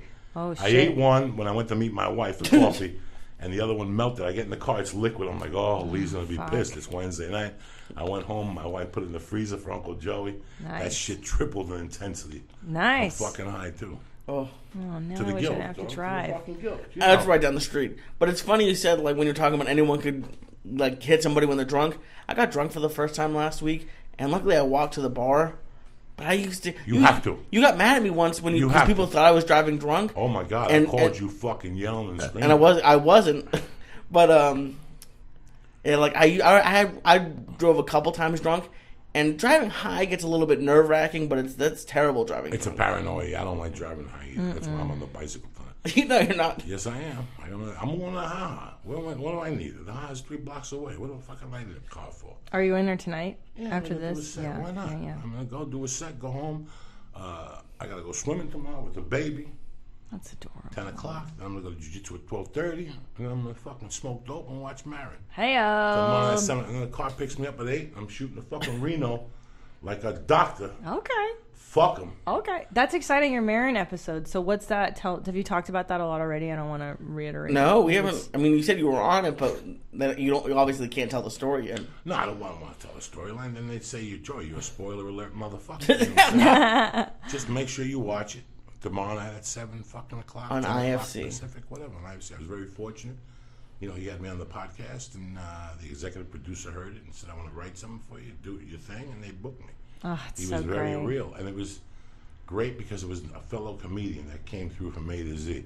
And 2 guys have done that for me, besides Joe, Louis C.K., and my man, fucking Mark Maron. So I'm very fortunate. So what? Comedy Central don't like me. So what? Fucking. Oh, they don't like me either. The Don't worry improvs about it. don't like me. So what? Anybody don't fucking like me. You know what? All you need is 3-4 people you get through in this fucking life. The rest of them can suck your Can I dick. tell you? You're right about that because not everybody likes me. There's certain festivals won't have me for years. There's clubs that will never have me. The point of the story is, I was thinking about you. I think about you a lot actually, and why Tom and I both just love you. It's because you don't give a fuck. And in this era of comedians, I feel like the corporatization of comedy has destroyed it completely. And you're of that generation, like you remind me of the Sam Kinison era, of that fucking golden age where people just said shit and there was no holding back. Like I feel like it's so good what you do and it's so awesome. I'm a student of how I grew up. I grew up watching Sanford and Son in the 7th grade. Me too, that's the best show. I grew up watching Chico and the Man. If you watch The Honeymooners, you'll go, Joey Diaz is stealing everything from fucking... Oh, right, sure. From Jackie Gleason. But I love Norton. I think Norton is the comedy genius in that. Jackie Gleason is the padding. Norton has fucking specific fucking timing. I watched the episode 2 days ago. I'm still laughing. I've probably seen the episode 110 times. He gets a letter that if his tongue's turning blue, he's got this disease. So he tells Norton, and Norton goes, why don't you sell your fucking story to a magazine? So they go to the magazine, he sells the story, he gets home, he tells his wife goes, no, that was the dog. The dog is gonna die. But he wanted to leave money for Alice. So that's why he sold the story, $50,000. So when he died, Alice would have money. What a beautiful fucking thing. This is television. This is 2 white writers in the room, 2 Jews that didn't get enough sun. That's how he described them in his book. There were 2 Jews that didn't get enough sun in him. And this is what they wrote every fucking day, Jackie Gleason. That's why I admire him. Listen, man, he's one of my guys. John Candy's my main motherfucker. But he comes in because of his work ethic. So he writes his thing, he goes home, and they tell him, if you're lying, if you don't die, we're going to fucking kill you. We're going to take you to jail and all this. We're going to take you to prison and lock you in there for 20 years. So when he finds out he's not dying, he goes to Norton, and he goes, Norton, I got to go in there tomorrow and give him the money back and tell him I got a problem. And he goes, what am I going to do? He goes, why don't you go in there and tell him that a doctor called you and you don't have monochromia and you're going to live, and give him the check back. And he goes, all right. He goes, who am I going to find to play the doctor? And Norton, he goes, Norton, would you play the doctor? And Norton's like, don't touch me, I'm sterile. So that's where it starts. It goes to commercial. Next time you come back, you see both of them in the office, and Norton's got a goggle on. What's that shit, a monocle? Yeah. He's got a monocle on with a thing, and the guy comes over and around, how you doing, this doctor, whatever, from whatever. And he goes, here's the check and the thing. I found out I'm not dying. He's going to cure me. Thank you for the opportunity. He goes, wait. He goes, just like that. He goes, why don't we do a story on the doctor? And he's like, no. He's very shy. And Norton goes, a few pictures wouldn't hurt. What the fuck? So you know, funny. that's how, but his timing, Christina, he goes, Dr. Norton, what college did you go to? No, he goes, what school did you attend?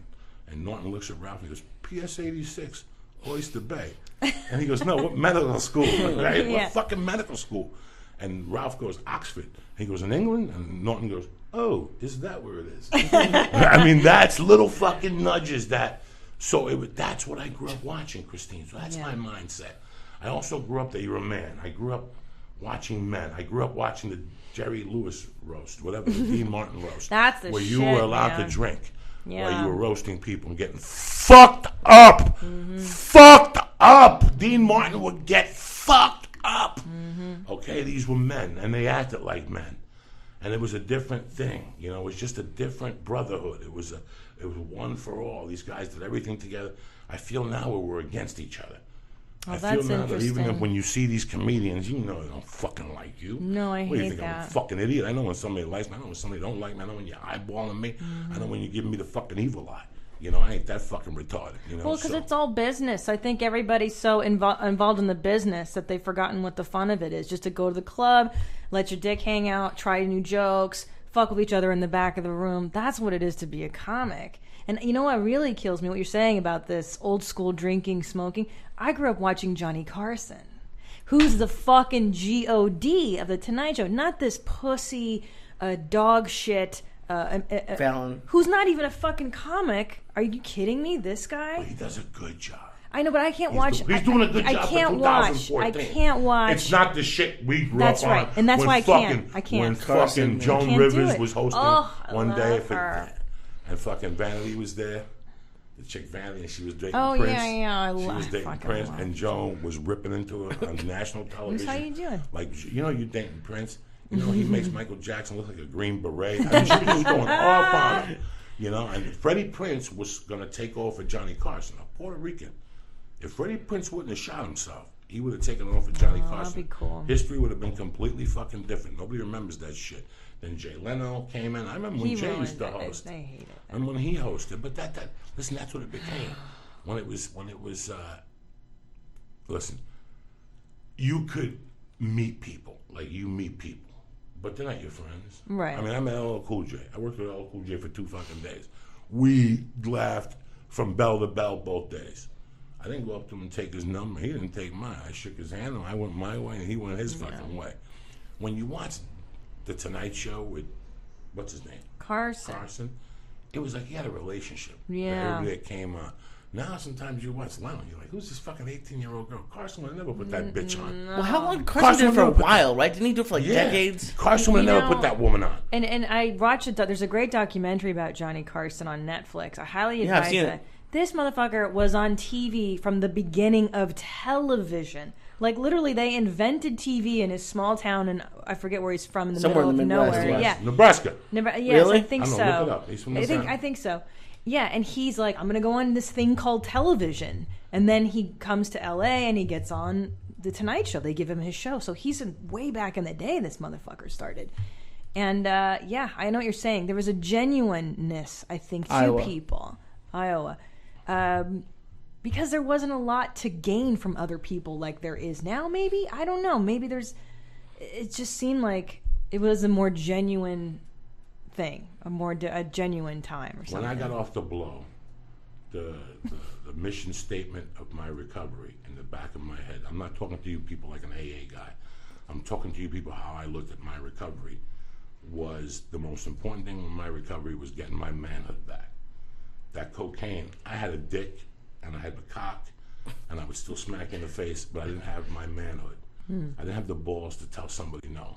I didn't have the balls to tell this white powder no. So my mission when I got recovered, like the first 30 days of my mission was to get my manhood back. And I knew it would take me a year. And what I mean with my manhood was what the addiction took away.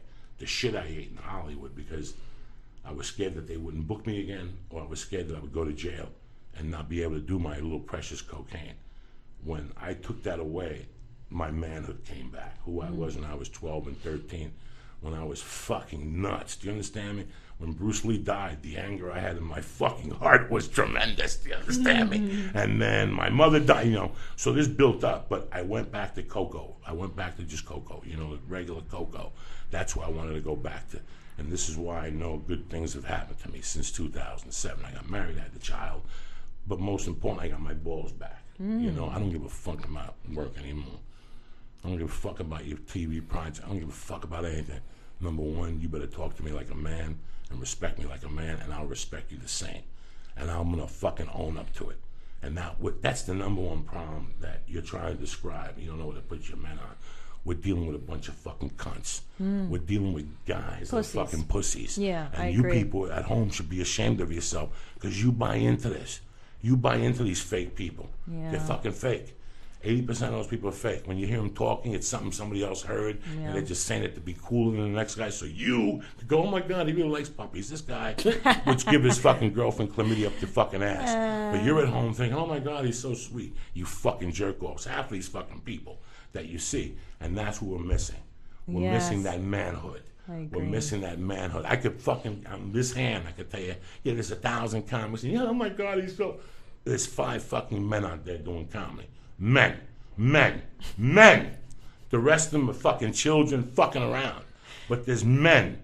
And that's what you people, that's what you're missing. Yeah. That's what I miss. That's why you see me with 3 people, 2 people all the time. Because I miss men. I miss men, you know. We're comedians, but before we're fucking comedians, we're fucking men. And, you know, when you are a female comic, you have to, for a female to succeed in comedy, when she feels her ovaries kicking in, she's got to grab her balls. I do all the Okay, time. I let my and a nuts lot of women in. don't. Home going, Joey, Jesus Christ, look at all the female comedy careers. Yeah, that's It's true. when they become a woman that it's all over. Yeah. It's all over. Once they become a woman, my wife just became a woman. There's girls that do comedy, but once they become a woman, it's hard to convince a woman to do fucking comedy. What do you Did mean you know by that? that? Wait, do you mean that they become mothers or they become feminine? Their life changes. They see a life experience. They see the same thing I saw at 44. Yeah. All you dummies are fucking kids. I'm a man. I've been a man for 10 years, but I didn't even know. I didn't wake up into this. And, you know, every woman takes a break. Except Joan Rivers, but they all take some type of break or, you know, something. And that break is, and I'm not saying all of them, but I'm saying a majority of them just disappear. Yeah. And the reason why they don't disappear is because you become a woman, and it's very hard. It's like me. I have a child. I do a podcast twice a week at 6, one day at 6. When I fly out, I'll fly out early. You could only do so much. When you're a kid, you say yes to everything, right or wrong? Yeah.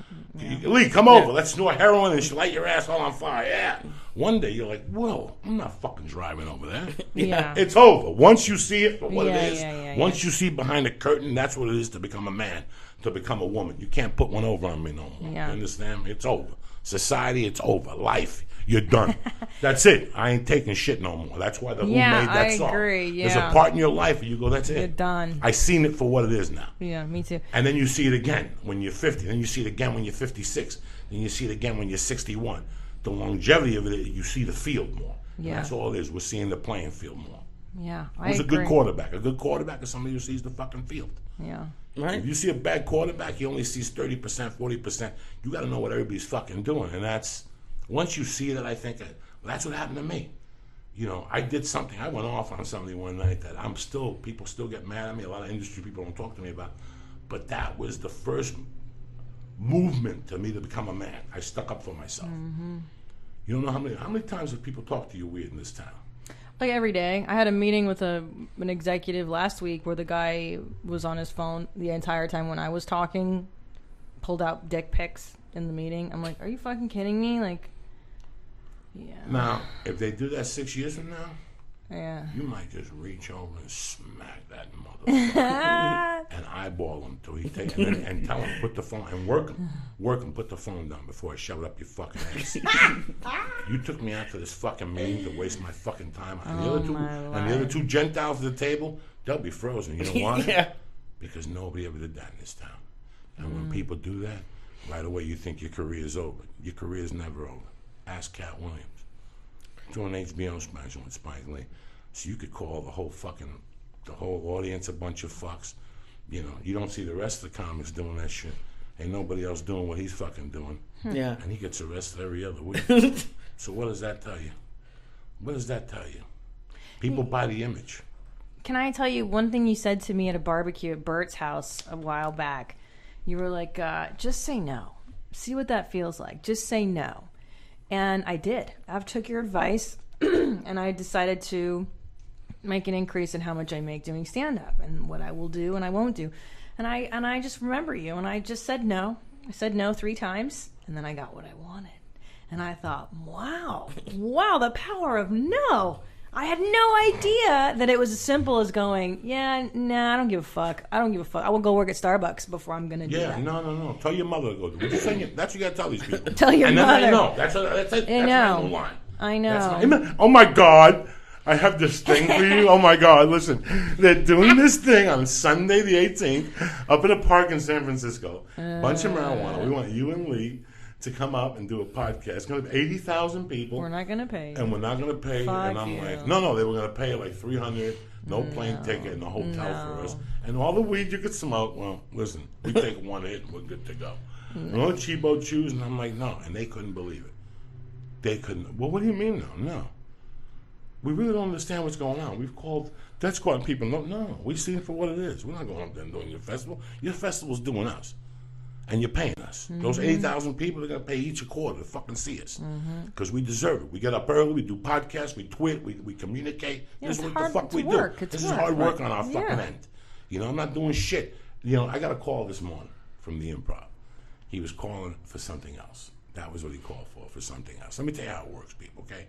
The Improv is a phenomenal chain. They're our backbone. They're our whatever, but they have little kinks in their game. They're also corporate, like anything else. Everything else is corporate, and you got to do certain things, but they can't explain what they do. They can't explain why they pay Christine a certain amount and why they pay somebody who's at a certain management company a certain amount, which is double than what Christine's getting, because it's their client. So these are all the things that you people don't know about behind the scenes. I'm giving them to you right now. And if you're a woman, by the way, they will try to fuck you 1,000 times. And I know what my husband gets, and then I go, no, motherfuckers, I know what he's getting to do that. And we have the same podcast. Go fuck yourself, of course. Sorry, go ahead. Very fucking weird. So you people are hearing this shit for a second.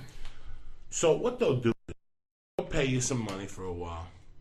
God forbid there's a holiday. Or just what they try to do, they look for you to fuck up, so they could offer you less and justify why you did less. Well, that Wednesday you did at the Irvine, we don't know. You only had 180 people. Listen, when you do it for this price, sell tickets, and you're like, no. And they can't. Somebody else will go, okay, and there's 1,000.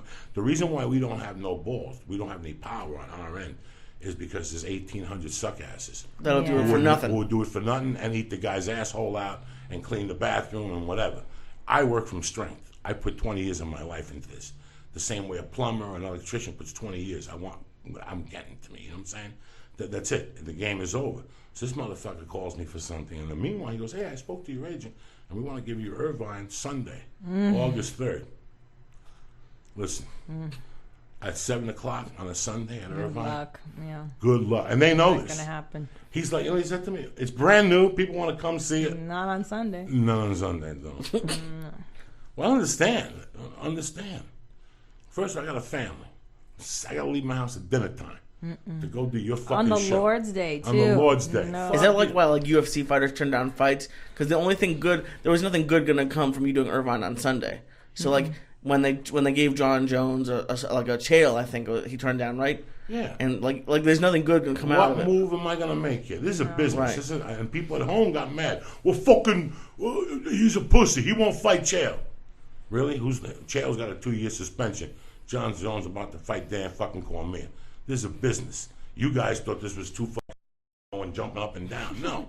This is a guy that's got people around him that before he makes a decision, when you call my house now for a gig, if you call me and I'm on the road, I'll tell you, call me back Monday. Well, I need to know by tomorrow, Monday, then we can't do it. Okay, I'll call you back Monday. I said, you couldn't do it. Yeah. And when he calls me in my house, on the fucking thing, I have a list that I ask. So they can't swindle me no more. They can't catch me off guard, whatever. I have a certain list that I look at, and it's a countdown. And if they follow the whole list, everything's good, then I book the fucking gig. Right. It happens with regular jobs, too. One of the last TV jobs I got called for was a night job, and they say that you're going to work 6 days, but you never work 6 days. No, you never know. And it never happens. You can leave early. And, it's only $1,200, and I know you should be getting 15, but we only have 12. And it felt so good to turn it down. But that's why that's why I'm a little bit pro union. I don't really know it, but I kind of wish there was a union that I could join, because it kills Like I'm sure plumbers listening get really pissed off when a new plumber comes in and does the job for 50 when if they did it for 200 with the good guy, it'd be done, and the 50 guy's gonna break it and ruin it, and now everyone hates plumbers. Like that sort of lowballing really pisses me off. Well, here's the deal: for a union to be, I had a great experience with a union growing up because you ever work union? Or you were out I'm there? in AFTRA. Does that really even count? No, these fucking mutts. This isn't a union. They don't do shit for you, but No, you just give them money. It's a racket, yeah. I joined the union. My first union was the warehouse workers union. You pay like $800 to get in. They give you a book. They give you benefits, dental, vision. I'm lying to you. I was in the electricians union. I went to the electricians union in Jersey through a back door, like a stock clerk type. I was like at 25 fucking unions. All right, and they always give you benefits, blah blah blah. For a while then, but before that, I got into the warehouse one, and that was the best one I ever worked for because they got fired, and I got fired for wrongful termination. So when I went to pick up my check, I hadn't seen the shop steward. I saw the shop steward. He's like, "Where you been?" I go, "Well, they fired me. You didn't know?" He goes, "Nobody fucking told me." "How long you been fired?" I go, 3 weeks. He goes, "They're supposed to notify me in 36 hours. Let's see what the fuck's. Why'd you get fired?" I go, "I got sick." And I went home to change my shirt. I couldn't find the supervisor, and when I tried to get back in, they wouldn't answer the phone because the switchboard was closed. He goes, "I can't fire you for that." He goes, "Come on, let's file." We filed the report. Here I was out of work like 4 weeks. Filed the report. Oh, Jesus. A week later, he calls me. "Come on down. Let's go to a fucking thing, a hearing." I won. I ended up getting all my back pay, $16 an hour. I was a senior in high school. I worked for 10 days after that, and they went on. I got laid off because in the winter you get laid off when you load trucks, so you collect unemployment. So I collected unemployment all the way till May, and my senior year in high school. Because of Mazback Century. When they called me back and they offered me the job back, I told them to shut up their ass. Now I'm slinging pills and coke and robbing houses. Who I need your fucking $800 a week for? I'm making that an hour. And that's the thing is that if you say no to the shit that you don't like, eventually the stuff you do like does come. But if you don't say no to the stuff you won't do, the stuff you will do doesn't have room to come in. Yeah. You know? Did you start in LA comedy? I did. I grew up here, so I did, yeah. Because the only thing, like with me, my first job, I had a shitty boss. And no matter, like, I'm glad I left because I feel like whenever you go somewhere, they always view you as, like, the first time they saw you. Yeah. So, like, I couldn't move up in that company because I started out as a PA. Yeah. Like, did you run into that in LA? Like, they saw you as an open micer, so now they're... No. Here's the thing I did. I did the open mics here, but I didn't step foot into the clubs, into the Laugh Factory, the Improv, or the Store until I was at least 7 years deep. Oh, okay. So they might not have seen you. I knew that if they got a bad first impression, it's very hard to undo it. So I would drive an hour south. I would go to this shit box called Martini Blues every Friday, every Saturday, because that guy was a bit of a, creepo. He liked pretty girls, and he put me up. And I actually owe that guy, and I did a lot of spots out of town. Oh, okay. I did triple runs. I did all the shitty things, and then when I was ready, I stepped foot in the clubs here. Yeah, because you don't want to. Once you taint that first impression, it's so hard. What made you get on stage the first time? The first time, I did the Groundlings first when I was 23 because I had a boss who was like, "You're a horrible worker." He goes, "You're the worst employee I've ever had, but you're really funny. You should try improv." And I go, "Yeah, all right." So I did the Groundlings, and I remember fucking being in the room, and they're like, "Oh, you're in a donut shop. You're do your space work." And I was like, "Fuck this. Fuck you. Fuck paying $400 for some jagoff to tell me how to be funny." Like I knew I had some shit to say. And then I did the belly room for the first time, and I loved it. I shit all day though. I had diarrhea from the time I woke up. You know when you first start doing stand up and you're like, "Oh, I just gotta shit." I would shit all day. I shit until the moment I would get on stage. For the first 4 years, I just shit all fucking day. That's your anxiety and your nerves. Yeah. And then I saw this interview with Adam Sandler, and he said he had the same thing. He's like, "Yeah, I just one day I just knew that if I persisted, it would stop." And I go, "Well, if that fucking guy can do it, I can keep doing it." And then I just did. But I really like the push-pull of it. I like the danger of it. It's everything you're not supposed to do. It goes against your self-preservation. It's just, for a woman to do it, it's very subversive. If you're saying something, if you're really, because it's very male. You're taking a fucking cock in your hand and you're telling a room full of people what's up. You're grabbing your nuts like Joey Diaz and you're smelling your hand.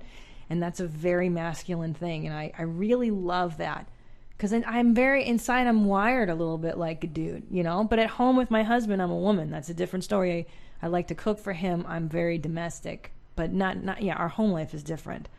But I love something about the power of it. And jokes. I love talking about shitting and farting and everything, taboos. That's why I love it when you say that, you know, you drop N-bombs on your podcast. It makes me laugh. I love that stuff. That's how my dad was joking. We're immigrants. We're Eurotrash. We're Eastern Europeans. That's all we do is talk shit about everybody. This is very normal in my house. Women are not... My mother is a very ballsy woman. She's not the way American women are. It's amazing when you said those words, because a lot of women get offended when I say that. What I said earlier about that, there comes a time when a girl is doing stand-up that she becomes a woman, and then she sees the whole thing, and a lot of women are, what are you talking about? You know, and women get offended no matter what the fuck you say, but you know this feeling that you have to sling a little dick when you're a woman to really survive in a male-oriented environment. I see women in rooms, and they have to leave everything at the door. There's an acting coach here in town, Ivana Chubbuck. Oh, yeah. She's very high-end. I hear that, yeah. She's very high-end. And the reason why she's high-end is she had Charlize Theron, and she had the black chick. Halle Berry? Halle Berry, back-to-back. They won Oscars, and both those bitches thanked. Because what she does is, first week in class, she makes you get naked. To go against your grain. Let me tell you something. You don't know what life is. You have to get naked in front of 24 fucking pretty people in an acting class. Or do a scene naked in a bed with a chick that imagine. is married. I got to get in the bed with Christine with my dick out and rub it on her leg, and she's fucking married. And you got to act. So they want you to control. This is why they take you over the fucking top. If you could talk to somebody you're not married to, when to keep your fucking heart on and act, are you fucking kidding me? Breaks you down, huh? Breaks you down. Yeah. And as a woman to do stand-up, let me tell you something. Yeah. It breaks you down as a man to do stand-up. Yeah. Because I talk about subjects now, 22 years later, that I didn't talk about 5 years in. I would not even discuss it. There is no way I would tell those stories I tell on stage. Yeah. There was no way. I would have been a fucking star in my second year in if I told a story about Lucy Stallbush and fucking mugging the hooker and lighting a wig on fire. I would not repeat those things. That was something that happened a long time ago that was done by a person named Coco. Right, but you can talk about it now. Now I can you're talk about it. You're a family guy, yeah. But it's not that I'm a family guy. It's that I took that spine you build by getting on stage. You build it by getting on stage. I've been in jiu-jitsu for 16 months now. I was lost till 2 weeks ago because now I know the steps. It's like comedy. First 8 months you're doing comedy, you're a jack-off. Yeah. First year you're doing comedy, you're a jack-off. You don't know what's going on. In your head, you think you're fucking, you know. I know, I thought it was brilliant. You know, Kim Kardashian in your fucking head, but in reality you suck. Yeah. And then second year you start to get the basics. Third year you're on the road, they throw you into some fire. You know, now you're starting to get a little bit, you don't know dick, 6, 7. I came here, how long? Like, I came here my 7th year, and I was still green. Of course. I just got away with murder because of my... Personality? No. Stage presence. My stage presence was very confident, so it always deceived you. So you would watch me for 3 minutes and go, this guy ain't got no fucking material, this is horrible.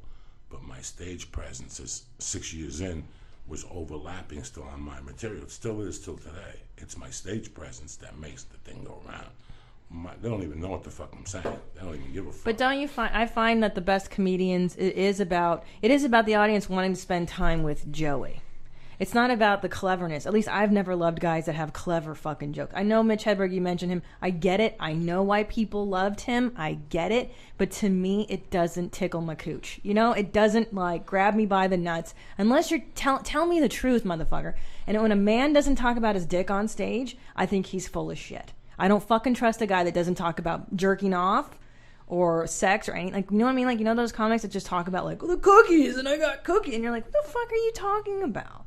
Why don't you talk about why you're so dark? There's a reason you're on stage. There's a reason something's wrong with you, right?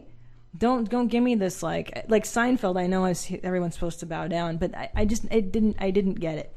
I didn't get it. I got Seinfeld, and I understood where he was coming from. Was he the comic I looked at to emulate? when I got into comedy, no, but I Right. got him. But I understand that. got I know him. And why. I liked him. I liked Right. him. I paid to see Seinfeld. Really? He was on, I took this fucking hot Korean chick. But it makes me mad because I'm like, tell me how you really feel. I want to know your dirty secrets. I want to know who you are. I wouldn't talk about cocaine on stage until I got to the Comedy Store. 7 years in. Yeah. Was where I got my legs to talk about cocaine. That's a good place to start all that. Yeah, the that's dark where I stuff. talked about cocaine on stage the first time. It was at the Comedy Store. You don't have those legs in the very beginning. No. And then you got on Real World. So what happened was I did that in college, 1999 or 90. Sorry, no. Where was college at? 98. I barely got into school at the University of San Francisco. No, Don. Don't you know it? Yeah. And I got into school barely by the skin of my teeth. I barely got an 800 on the SAT. And I get in, I study philosophy.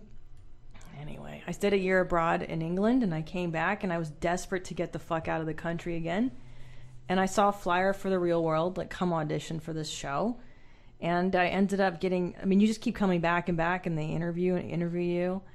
And then, and they're like, we want you to do road rules instead. And I was like, do I get to travel? Great, because I was living in a closet in San Francisco with like 5 other roommates. I was so broke, I had no money, and I just want to get the fuck out and travel.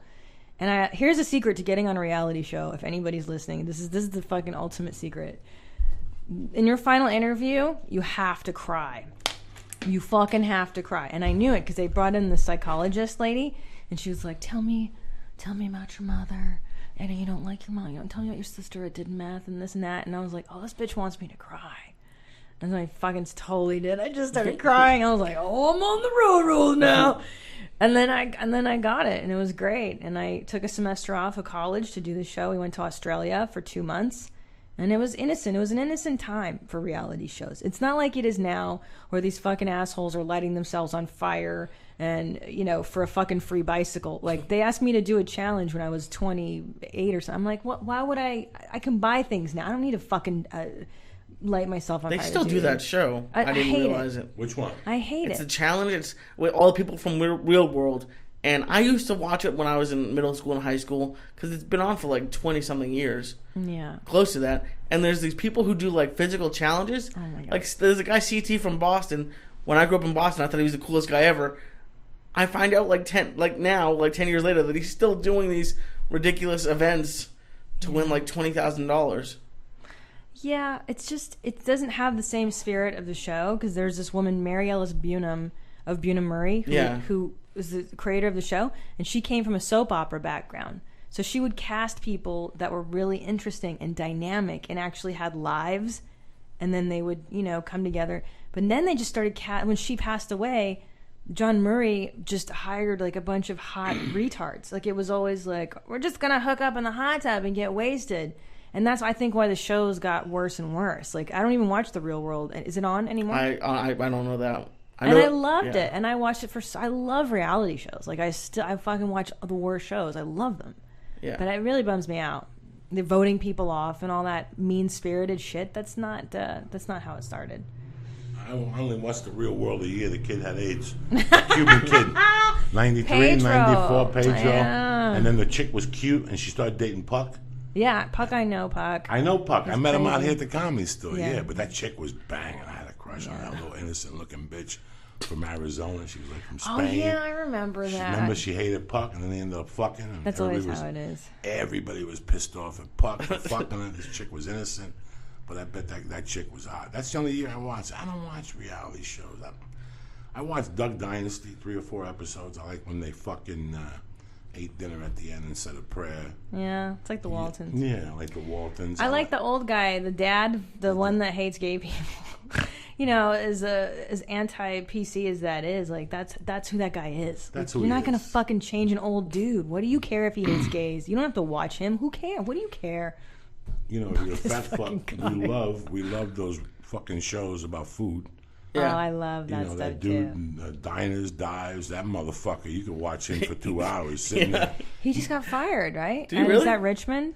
No. The guy for No, they're putting Richmond's show on NBC. Oh, Yeah, they're putting it on. They don't give a Wow. fuck. He didn't say nothing wrong, though. They're just fucking people that are sensitive. See, and that's going back to the Carson era, the time when people could just fucking say what they really felt about stuff. There was no Twitter, though, to crucify them over it. You know what I mean? I'm sure Johnny Carson called people cunts left and right. It's really amazing how sensitive people are. And I'm surprised any like athlete is allowed to have Twitter. Like, it's just, there's always a scandal every couple months, and it just happened yesterday with an old coach. I'm surprised any of them do it.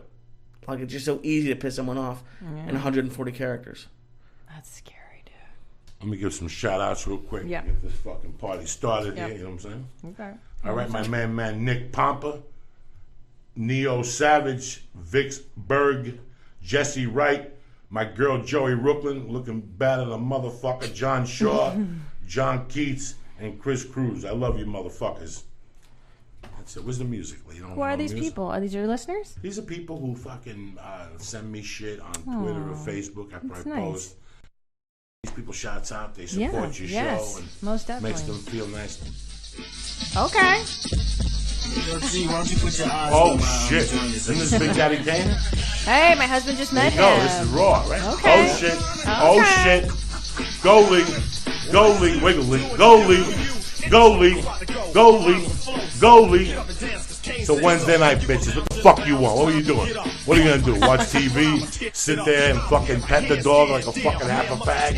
Fuck it. It's Wednesday night. You're up. You're late. Who gives a fuck about work tomorrow? You're getting paid Friday, not Thursday. Fuck them in the ass. What?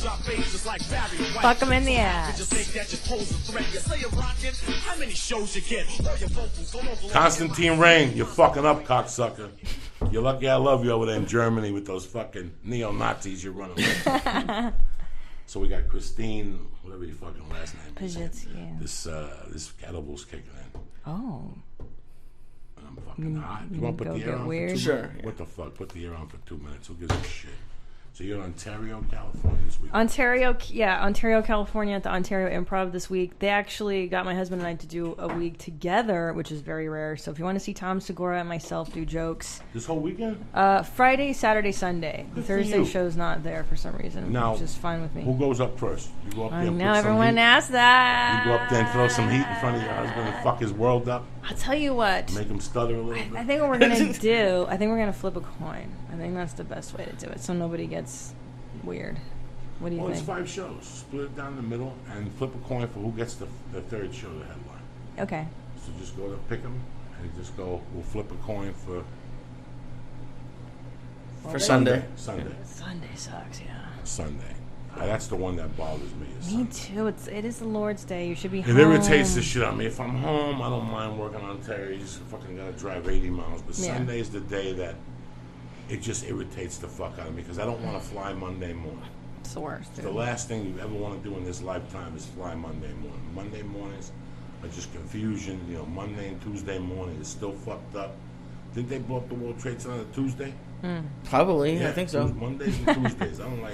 I had a drug dealer friend. He used to always go, "No hagan algo más que te complica." That means don't do shit on Tuesday because you complicate yourself. When I was a That's kid, true. in '83, he told me that quote. So I would never make a move on a Tuesday. I Okay. would always say, "I'm coming to pick the coke up." Oh. And I'll go. I'll be there tomorrow. Not on Tuesday. You won't. I don't do deals on Tuesdays. Can we ask you? I've been dying to ask you this step. How much more time do we have? I don't know if we want to. We don't give a fuck. Okay. Do it. What? What was your childhood like? Like, who the hell? Who is Joey Diaz? Where did you come from? How are you like this? To be a really good comic, to do anything in your life, you have to have a point of you don't give a fuck. Yeah. You don't give a fuck. This was not who I was when I was 12. I was very anal. My family was like this. My mother was a very I don't give a fuck situation. You know what I'm Yeah. saying? Like my mom would buy a first class ticket on a plane and she'd take a bottle out and mix her own drinks. And if you look at it, she'd go, "Bitch, my money's as green as yours. Get the fuck around. Turn around. Mind your fucking business." And I would sit there looking straight ahead in this chair. I mean, she caused problems everywhere. But that was her mentality. She was a spick. Yeah. This is my fucking money. Fuck you. You know, don't look at me. Right away they want to judge. Everyone wants to fucking judge you, you know? No, what's her? Was she an immigrant or? Yeah, she was an immigrant. So Okay. that mentality was in my house growing up. I just didn't appreciate it. I didn't like it. I didn't care for it. Yeah. I did everything I could to run away from the guanismo mentality of men, the possession, the jealousy, the control. I'm still semi-controlling, but that other shit that comes with it, I erase that. I still have the rage. It's in my blood. That fucking Cuban, that Spanish blood is still in your heart, you know. So what I did was, when my mother died, I had a do or die situation. How old were you when she passed? 15, 16. Fuck. So I had a do or die situation, okay? It was a sink or swim situation. Either my attitude was going to change. 5 years ago, I told you it was when I became a man. No, it wasn't. It was when I became a scared little boy. Yeah. You know, that's why I got into drugs. That's why I stole. That's why I sold drugs. That's why I did 10 million bad things at that age for like 6 or 7 years until I finally got arrested. And I did a bunch of bad more shit after I came out. I just paid my sins and, you know, I cut a deal and that was it. You know, I cut a deal with myself. But I met this family, the Runnies, and Mike Runny is a guy I still talk to. I talked to him Saturday, and he was pissed off because he had to work Saturday night, and he was a manager at a fucking whatever. But it was weird. His mentality was like how I was raised, and he was one of the only person in his house that had that I don't give a fuck mentality. Say one more word, and I'll put you through that fucking wall. Fuck him tomorrow. Go down there tomorrow and be the best you can. You know, he had that craziness, and that's what took over, and I lost that for a while. Rogan always discusses that when he first met me, I wasn't funny. He goes, you were the last thing but funny. Really? And he goes, and then one day the fucking switch turned on. And it was the day that I knew I wasn't going to Montreal. I knew I wasn't going to get APA or CAA or 3 Arts to go. Oh my God, he's brilliant. Brilliant. I knew all these things. Yeah. You know, the Laugh Factory didn't make me a regular. Yeah. It was just, you know, I didn't get invited to a lot of things, so I knew what my demeanor was. So I said, if you're not going to like me, I might as well do this my motherfucking way. Yep. And that I did that for a while. Like even though I was coked up and I was a little scared, moments of balls would come out. Like when I got The Longest Yard, when I sent the envelope in for Spider-Man 2, when I told the guy on the Hardee's commercial to go fuck himself because there was no brake on the truck and he thought it was me and he yelled at me and I told him, don't fucking yell at me, cocksucker. And the whole crew stopped because he was like an international director. You don't say that shit to me. That was 2009. And those were the things that I was like, that's it. This Hollywood shit is ending now. Like after I went off on Jeff Valdez at that Marilyn Martinez's, that was it. When I walked to my car, I remember looking at Dice and Johnny Sanchez's face as I walked out the Comedy Store, and they saw something. And I'm like, that's the guy I used to be. That's the guy I want to come back. I was raised with a mentality that my little daughter's smacking. For some reason, she's at that age. She pets the cats and they become smacks. The other day, she kept twisting my face at the park and I had to yell at her. And today, she hit my wife. My wife didn't say nothing and I attacked it. That's the Diaz. That's the Valdez mentality. My mentality is stop these motherfuckers the way they should have stopped Hitler in Munich. Right. If they would have stopped Hitler, if I say to you, hey, Christine, your tits are banging today. Right. If you don't say, listen, you spit fat motherfucker. Right, go fuck how about yourself. I go fuck your dick up in the ass? Yeah, and how yeah. about I call your fucking wife, you fat motherfucker? Yeah. If you don't say that, Yeah. you're done. I'm going to I eat know. you alive. Because you I'm got to gonna push eat back you on alive these in this assholes. society. Yeah, I In know. today's society, if you're a woman, this is what I'm going to teach my daughter. worst. This is what my wife knows.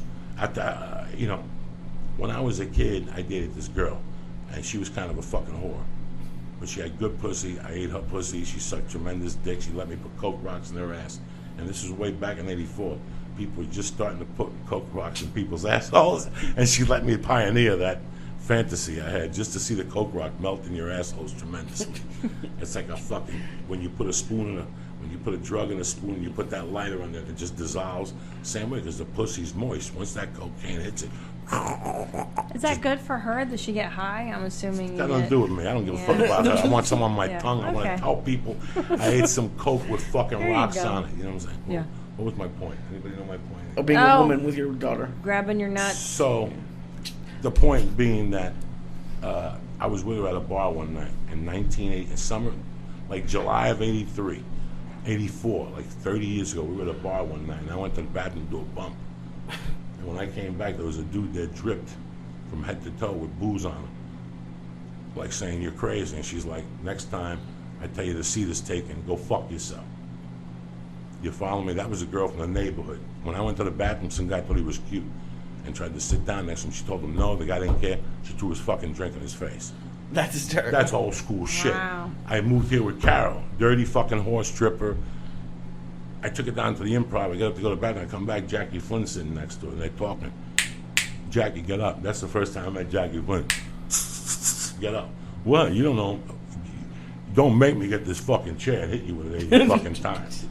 That was my first meeting ever with like Jackie Flynn when they all ran together. White, Steve White, they were all managed by that same manager at the Improv, 1997. I shouldn't have had to say that to that fucking guy. Do you follow what I'm saying? Right, yeah. A real woman, that's a woman. That girl in Jersey, I was 21 at the time, and she threw the glass at the fucking dude, that's a woman. Don't say anything. But now in society, oh my God, is that mind your foot? What the fuck? The fuck are you talking about? The other day it happened at Marie ETC. We were sitting there, that creepy dude that's always there, making believe he's a writer. Yeah. Some chick came with a book, and she took it out, and the guy's like, "What book are you reading?" That's Gentile shit. That's Sherman Oaks type shit. You know. What book are you reading? That is Gentile and she looked at him, dog, and she went, "Does it matter?" You understand me? Yeah, That's abroad. I don't know, what are you doing? It's Shakespeare, and then the guy gets up and comes over. fuck I read it all one. that. Get the fuck out of here. You know what I learned? I just did this show with Marlon Wayans it's called Funniest Wins on TBS, and I hung out with a lot of black people filming it, and I learned. Who was telling me? One of the black comics, this dude was like, white girls are so different than black girls because a black woman won't fucking talk to you if she's not really interested in you. You know what I'm saying? Like, a white woman will talk to you even if she's not interested in you sexually. A black girl won't be like, get the fuck out of my face. And I'm like, God, I kind of like that. I think I should adopt that. I mean, I'm pretty much dismissive in public of other people, you know, just because I don't want dudes talking to me. But I really like that. I really respect that. You know what I'm saying? I really admire guys that. have to act like that. That's how we act like as a man. Yeah. I pull you aside. I don't have to be a fucking gorilla. I go, Lee, do me a favor. You ever say that to me again, I'm going to smack you in the face. And then I put my hand out. And we shake hands. And we have an understanding. Yeah. And if you want to be cute again, I'm going to smack you in the fucking mouth. Now you know. I warned you. That's how I grew up. I grew up with guys that go, can I talk to you for a second? Listen, before you made that comment, the next time that happens, we're going to box as men, okay? And you look, I couldn't believe a man would say that to me. It's crazy. And he puts his hand out, and you put your hand. Now we know where we fucking stand. That's the school of mine I'm from. Say that to one of these fucking faggot Gentiles in Hollywood at the parlor with Jay Davis. Say one to one of these fucking faggy fucking comics that, you know, hipsters, you know. Alternative. And that's how men talk. Yeah. That's how men talk. I have my sights on a few comics that when I see them, I'm going to pull them aside and go, can I talk to you for a second? There was a certain day I saw you, but there was people there and you made that remark. What did you mean by that? I've always been a gentleman to you. It insulted me. Were you trying to be cute? And from that reaction right there, my hand stays right here. Because if it's a fucked up reaction, the salami comes right up and smacks them. Salami. And right there, when you're telling somebody that, when they don't expect to see it, their body they don't even know what the fuck's going on. Because that's how I was raised. I talked to you. Yeah. When you told me about that, when I got the call from Red Band that you were drinking, I called you like a man. I said, you're my brother. I don't care how you live your life, but you can't do that here. Yeah. You can't drink and drive here. It's 2013.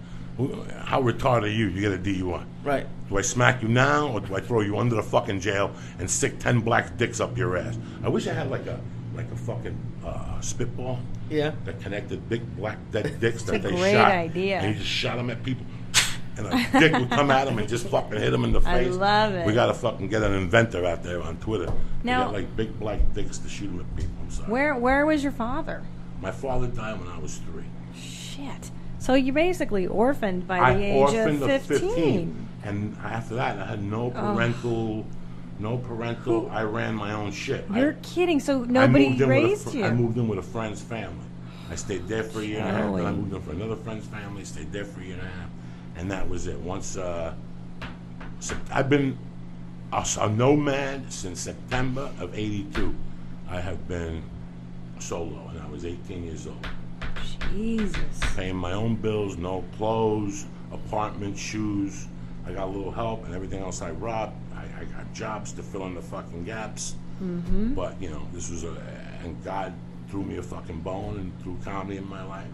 Something, you know, when you have nothing to lose, you got to try everything. Yes. Got nothing to lose, guys. Got to try everything. Well, who the fuck are you? You know. So I got And into hustle. this. You hustled. It sounds like you learned how to hustle and care for yourself very quickly. You do what you got to do, Yeah, right? If you're not hustling, you're die. You're gonna die. I know. And in today's society, you got to hustle. There's no jobs. There's no jobs. We're gonna sit at home and go, "There's no job." Nah. You got to go out there and put two and two together. You got to invent the combination. You know, you got to buy those wipes from. You got to invent the black dick paper. No, you got to get the Dollar Shave right. Club. Oh, Got to get the Dollar one with Shave. Charlie's? Get Those are great. Have you used them? What? Yeah. Tremendous. They're like a Did you nice use them on your vagina or on your No, asshole? on my asshole. Now here's my problem. Maybe you guys can help me with it. When I take a shit, not all the time, but a lot of the times now, I have to go straight to the shower after the shit because there's so much cleanup. Tremendous. Like, it's a never-ending wipe. And sometimes I wipe, and then later on the day, I'll go back, and there's still brown there. And I don't know, like, what's wrong with my butthole? That happens to me. And your asshole gets itchy as fuck. Yeah. it always happens to me right before I go to bed. Oh. And I jump in the shower. Today, God damn it. Today I had an itchy asshole like a motherfucker. I got to sneak into the bathroom, pull my pants Oh, down, get Lord. toilet paper, stick toilet paper on my ass, and the big brown spots on the toilet paper. I'm 50 fucking years old. That's why I have the one with Charlie's. I keep it on And top how- of Yeah, the toilet. no, when I won't, Those are good. I'd wipe my ass, then I Yeah. dry it with the fucking whatever, and you stick that finger deep in there, you get the barnacles. You're beautiful, Yeah. you're brand new. Wow, it's like your shit don't stop. And like it I leaks. know. The heat makes and once it's hot out and that shit touches your asshole with that salty sweat, Yeah. ooh, Leaky reminds me of butt. Roots when they're fucking in the boat sweating and dying and smelling. Right. You know, because an asshole with salt on it and fucking sweat, you know, that sweaty salt. Yeah. Plus the fucking shit, the shit burns. Like, Yeah. so that's That's why No. every time I'm you're sorry like, about this, people, but let's discuss it. that's why every time you're like, you have to lick a girl's asshole, you have to let a girl lick your asshole. I'm like, that it No, can no, never be no, ever no. clean enough. No, But I'm not going to tell a girl to lick my asshole because I got a Nobody's- peanut. I go no. into the, guess what they had in Nobody's Vegas this licking week? your guys' asshole. Wait, guess what was that? Vegas this week on my Who? hotel room. What? A fucking bidet. I want a And bidet. I used it, want and I used it one. right away. Let me tell you something. That's Right the away. best. I'm going to get a bidet company to fucking sponsor podcast because I could sell those. If somebody Me installs them for too. $9.95 plus a plumber, Oh, you yeah. guys have no idea the difference a bidet would do. They're doing it over in Japan, where you take a shit and it washes your ass automatically That's great. before the shit even hits the water. You know, and that's what it is. 1,000 little guns with water. This was and I had a bidet in Jersey, in my mother's house. In that house, we had Yeah. a bidet. And I would take a shit and turn the bidet on, but if you turn it on too fast, it It hits you in goes the up face. too fast. Yeah. Now, does your wife? Is she aware of your bowel movements and your like? Do you have an open door policy when you take a shit, or is it closed door? I don't want nobody in the bathroom watching me shit or smelling that night, man. I can I imagine. don't want to smell nobody's shit. I don't mind like walking by and going, Christine, Yeah. you fucked that motherfucker up. Right. You know, I don't mind giving somebody credit where credit is due, but I'm Thank not going to you. go there and brush my teeth and comb my hair and then yell out and go, it smells like shit in there. Well, you went in there. What the fuck is wrong with you? You don't see me going in. I'll put you before you. If you're gonna take a shit, let me know. That's the deal. I do that, yeah. If you're gonna take a shit, let me know so I can get everything out, just in case I gotta take a jump in the shower. I don't want to walk in there. But there's a lot of times she jumps in the shower at 8:30, and from 8:40 to about 8:52, that's my prime asshole That's your opening time? up. That's Always. coffee. That's coffee. That's the Yes, fruit, and that's the yes. breakfast. After that piece of wheat bread, my asshole's singing, Jack, Mm-hmm. like a doctor. And I go in that, and I fuck it up, and I like when it just falls out, like it's like limbs, Yeah. like it's like arms falling out of your asshole, and you can hear them hitting the bah bah. And I like when they like you fill it up, and then it hits the metal, and it just sits there like 18 Vietnamese vets laying on top of each other, and the shit all over, like going this way and crossway. Then you flush it, and the shit don't go down, so you gotta get toilet paper and push it down. Nope, not my experience. I can't even imagine the dumps you take. Oh my god. Are they bigger than your head? I can't. What do you Sometimes think? I look at them and I'll count out 4 feet of shit Really? in 12-inch intervals. No, I took a 4 of picture. I those? took one. How big was the question mark? Oh shit? God, you tweeted Oh, you it. got one on Twitter. I saw that that one. had I to think be- I congratulated you. That had to be 30 inches. That Yes. monster. Wow. And before that, it was like a 12-incher and an 18-incher that I flushed. Yeah. Wiped a little bit and then sat back down. And when that one came out, I was like, damn, what the fuck have I been eating? Now, do you fart in front of your wife? Oh yeah, and she farts in front of me too. Good. I'll fart That's anyway. real love. I don't give a fuck. I was farting up on the plane back from Vegas last weekend, and the plane was empty. But right away, these douchebags want to sit around. It's all right, I'll give it to you. I'll give it to you. Plane farts are the best because the sound of the engine camouflages anything, and it could be anybody. It could be you. It could be the girl next to you. Farted. Who knows? The best person I've ever killed with farts on a plane is Joe Rogan. I have destroyed him to the point where I've woken him up and he's looked at me like half asleep. Like, dog, what the fuck is that? And he'll put his shirt on. Yeah. He wrote a blog about one time where I farted on a plane. And he goes, he awoke to the smell while Antonio Banderas was teaching black kids how to dance. I fucking liked my ass off. I've woken him up from fucking... Because we got to catch that 6 a.m. flight. I got 2 breakfasts in me already. By 8:30, my asshole's on fire. My bad. I'm not big for taking a shit. Let me ask you this real Go quick. ahead. Not to change the subject. So you go into a town. Mm-hmm. You go to San Francisco. You get there Thursday. Mm-hmm. Friday, Saturday, Sunday. You come back Sunday morning. Mm-hmm. Now, while you're in San Francisco, you shit, correct? Mm-hmm. Oh, you yeah. shit once, you shit twice. Mm. But as soon as, like, this is my thing. Like, I'll shit. Like, I shit in Vegas this week. I was there a day and a half. I shit 2 times, 3 times. When I take a shower, when I come home, unpack, throw my clothes in the hamper, put the suitcase away, put up the sleep apnea machine. When I'm putting the sleep apnea machine, like, my stomach is already hurting. I do the same thing every time I come home. That's why I don't take auditions after a flight, nothing. You can't. It's You're not wrecked. going to work for me. You're just wrecked. It's not going to work for me. Yeah. I do the same thing. I walk in my room. My wife knows. I go in my room. I take the clothes out, put the suitcase away. I get naked. I go on the computer, make sure there's no late stuff. Then I get naked, and I take a shit that even, let's say I wake up that morning, it's like my asshole holds it back. It's like in these hotel rooms, my asshole thinks it's being watched. So he just drops like an 18-incher here, a 14-incher there, a 10 here. I'll drop a couple 3s, but that's it. But when I get home, my ass knows it's home. Yeah. So I will take a shit that is so 40, 50 inches. And that's the one that baffles me because I'm like, my intestines have been holding back. It feels like they've been cheating you. And it even comes out. It even comes out still. Yeah. Like a lasso. It comes out like with the intestine thing carved into them. It's disgusting. Now, I have the opposite experience. When I'm in the hotel rooms, I find myself being freer. I shit more. It's road ass, too, because I'll make bad decisions with my food. That's when I eat the nachos and the stuff, and then I really shit. Oh, no, I'm good on the road. I take the apples from the lobby and shit. I'm a fucking savage. Gotta eat those apples. Those apples will pull it right through you. Let me read from our sponsors real quick. Sure. These shit stories are very interesting. We should get together more often and just do a fucking complete anatomy of, I love talking about this stuff. I don't know why. I just and like I've it. had 3 or 4 women eat my asshole. That's not Where Joey. I picked up my fucking ankles and I've heard them lap that motherfucker. No. There was this one chick I used to give a Coke rock to, and I would grab her by the front of the hair and go under.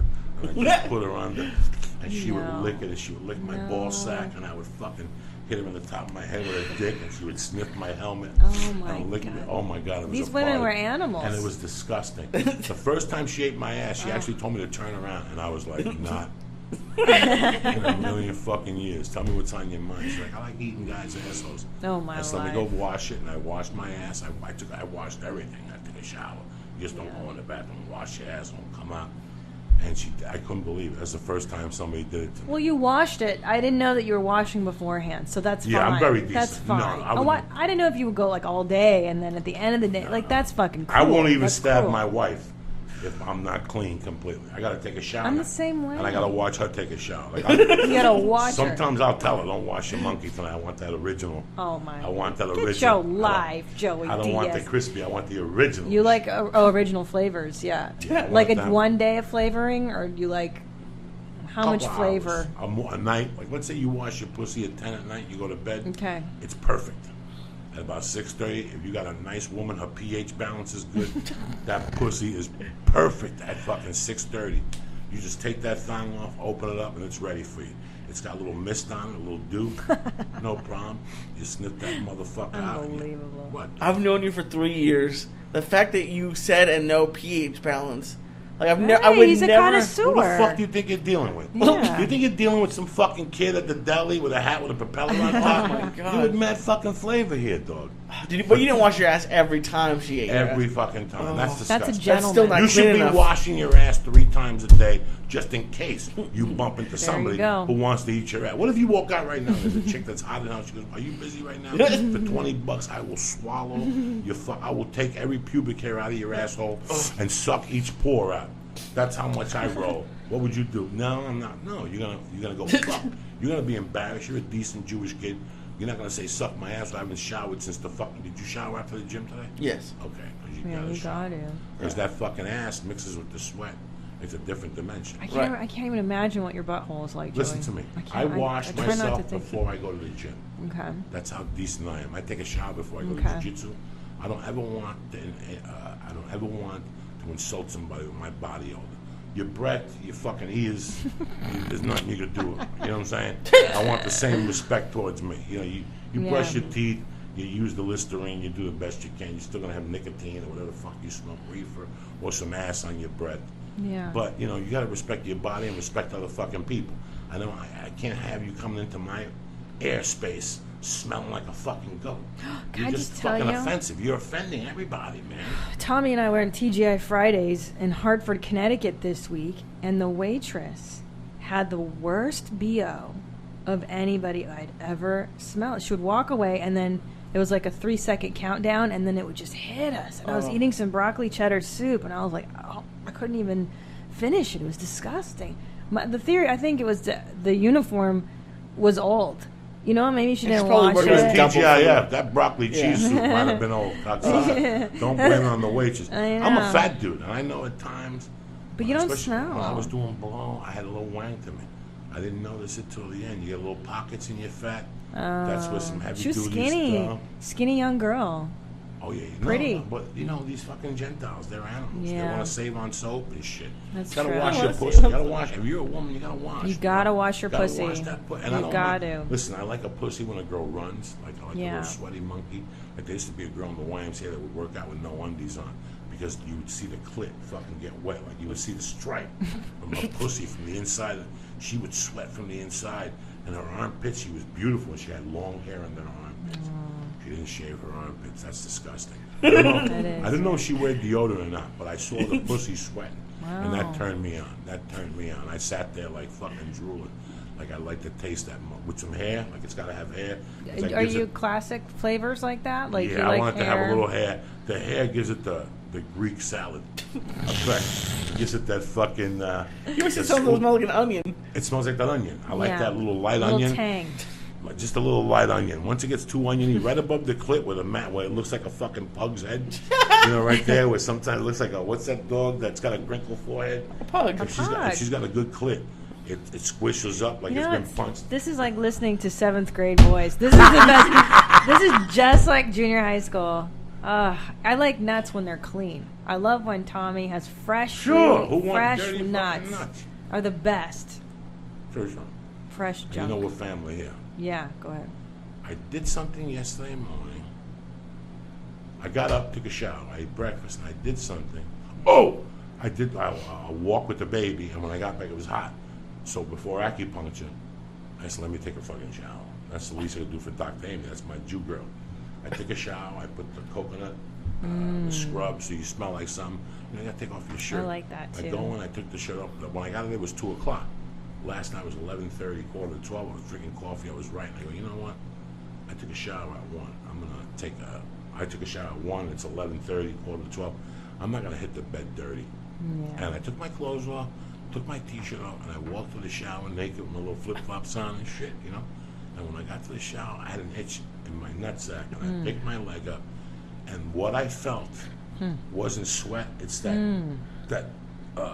it's like Spam, the spray shit mixed with like, it was thick. And I remember, like, I grabbed some of it, and I even smelled, and it was tremendous. I mean, for me, it had that man. It smelled like bacon when it's boar. You ever get bacon, but it's really boar? That's what. And I was like, fucking 10 hours without taking a shower and not exercising. Yeah. And this is what came out of my nutsack. My asshole was clean. That was shiny, sparkle. I hadn't taken a shit. My asshole was MIA. Yeah. There was nothing there. But just this crevice right here. Sure. It was like I could feel the humidity. God. Like a sack of... Oh, God. I could have put it on a pan and they could have cooked an egg on it and nobody would have known. Oh, my God. You would have ate a ball sack fucking I'm never egg. eating eggs at your house. I tell you, I don't get skeeved out easily. That Mother, you want the truth. That was fun. But no. But I don't understand. What if I would have taken a shower from 8 in the morning? Most of these fucking babushas walk around. Yeah. Because most of these fucking Gentiles leave their house at 7. Yeah. And they'll go home, not take a shower, go to jiu-jitsu with that know. rotten ass, and then go home and go to a bar and talk to women and expect why they don't get laid. I can't get it. Well, maybe because you fucking smell like a fucking animal.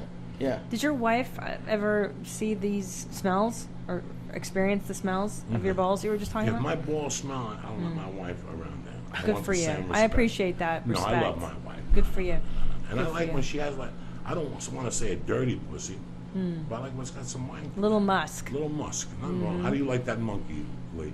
I just got in, like when I was younger, it had to be totally shaven, but recently I don't mind it as much.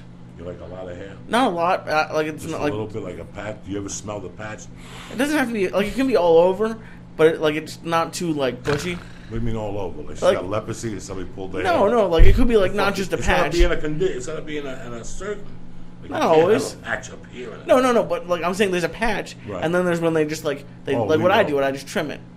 So you like like that. you like the patch? I like everything now. Do you- It doesn't do you- matter. Do you sniff the patch ever? Just put your nose in it? No, you'll ask me. I've never sniffed it. No, I mean, I smell yes, it, but you it's. have. How deep do you smell it? I mean, how deep is your love? I don't Do you know. get How in there? deep is your love? Is your love Of your something? snatch, smell it. I mean, Get in that or you just smell the aroma and lick it and don't smell it. No, 'Cause I when mean- you're licking it, you gotta smell Yeah, it. you smell it, Yeah. but I don't go in there just for the purpose of smelling it. Like it sounds like you get in there like you're like a wine connoisseur and like take when a deep when breath. you eat a and- steak, Yeah, don't you smell? Doesn't that allure your taste buds first? Captain? I must have been doing it wrong. That's the whole thing. When you get into that fucking monkey, about right before you lick it, you hesitate. Your neck hesitates, and you don't go like a fucking asshole embarrassed. It's like a soft.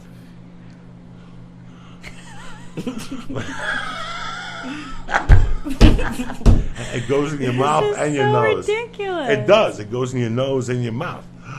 You just do, and you don't even do that. That's too loud. And you'll feel it, So sad. and right in your nose. Like you're a got- baseball player smelling the dirt, or like that's what like it's that, and you know, and then you get in there and you're licking it and you smell it in different situations. You know what I'm saying? You smell the belly button. I like all that shit. You are so fucking bizarre. I love What it. the fuck? This is what you. Well, you You brought it out, and we enjoy don't it. talk about Listen, this if every you week. want to What are be, you if talking you about? want to be fucking good, you got to be bad. You're not gonna eat a girl's pussy, stay at mate missionary. She's not gonna call you again. That's so You gotta get in true. there, and pick that leg up, and eat that fucking ass, and tell her to flip over and pull her by the wigwam, and let me get another soda, if you don't mind, my brother, water, whatever you got over there. We gotta. Let me give a shout So out. you have to do your read. Sorry, I No derailed it. worries here. You know my fucking reads. I cocksuckers. derailed it. It's derailed. Wednesday night. Why fuck around? If I tell you once, I gotta tell you again. On it for all your Supplements. needs. But what I want to say is they're more than a fucking supplement. They're a way of life. They're a lifestyle. They're tremendous. They get the most out of you. Don't fuck around. Look at me. I'm a fucking savage. I'm a fat fuck. But Honor has done a lot of good for me. The Alpha brand is tremendous. The Shroom Tech is tremendous. The fucking Strong Bone is tremendous. In fact, I'm going to go home. I'm going to hit my buddy up down there to send me some more product. I'm running low. Why fuck around? Be the best you can be. Take a chance. Columbus did. All right? Just fucking on it, right? Take a chance, Columbus. Right? What would we be if Your Columbus brain. didn't I take a love chance? your mind. Where would we be if Columbus You're sat there like right. a morph playing video games? I know. Nowhere. We'd be nowhere. We'd be getting fucked in the ass by Indians with fucking long feathers. On it. Go to On It page and press Church. CHURCH. Get 10% off your order and keep getting 10% off. Get put on the list. Get on the Stay On It program. I'm not fucking around. This is optimization we're talking about. I'm a little fucked up, but I know what I'm talking about. You understand me? I'm gonna You try want- it. I like this. Yeah, you want the best out of you? Go to fucking onit.com and look at Alpha Brain. If you don't fucking like it, send it back. We'll send you your money back. That's how Onnit's not here to steal your fucking money. We're not some fly-by-night vitamin company. They ain't fucking around. They're down there in Austin making things happen. Look at their page. Read what they got to offer. If I told you what they got to offer, I'd just sound fucking stupid. It's not my world. Go to Onnit.com. Read what they got to offer. The things I recommend, Alpha Brain. Tremendous if you want to run on all cylinders. If you're waking up and people tell you you're fucking stupid, Alpha Brain won't help you. You're fucking stupid. But if you're having a bad day and you can't think, Alpha Brain is for you. If you don't like it, you send it back and you get your fucking Gitas back, all right? 1, 2, 3. One time you can do it. You didn't have to send the product back. My next fucking thing that my girl was asking me about. There's nothing better than Nature Box out there. If you're trying to get healthy and you want to eat nutritious snacks late night or at work, you have to spend money in the fucking vending machine. You're going to go down to 7-Eleven and deal with fucking Abdar. Those 7-Elevens are becoming fucking Arab concentration camps. You're buying that fucking, those pizzas and shit.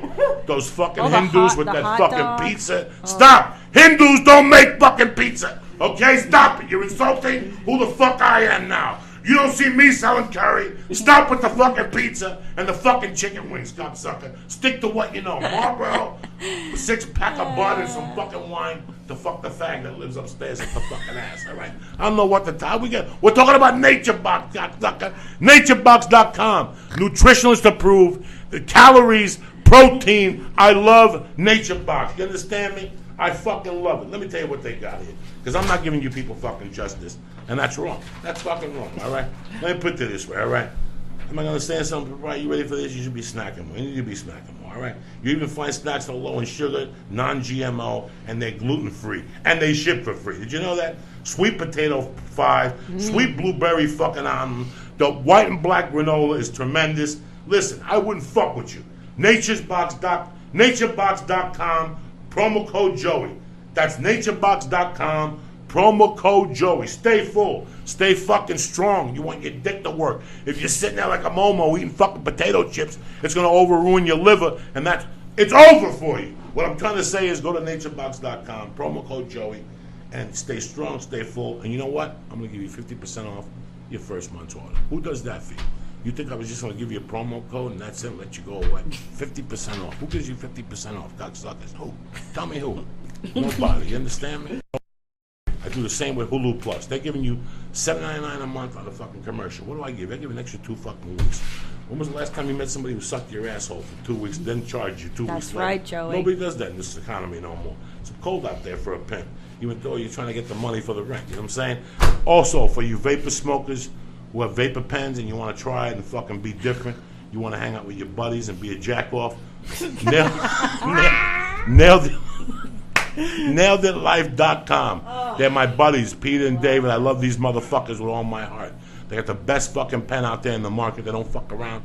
They'll mail it to you. Mention us, and you get 20% off your first order. What's the webpage? NailedItLife.com. NailedItLife.com. Call the 800 number. David and fucking Peter there. They'll answer. They'll fuck you. They know shit, you know. They got all the answers. They got all the fucking answers, cocksuckers.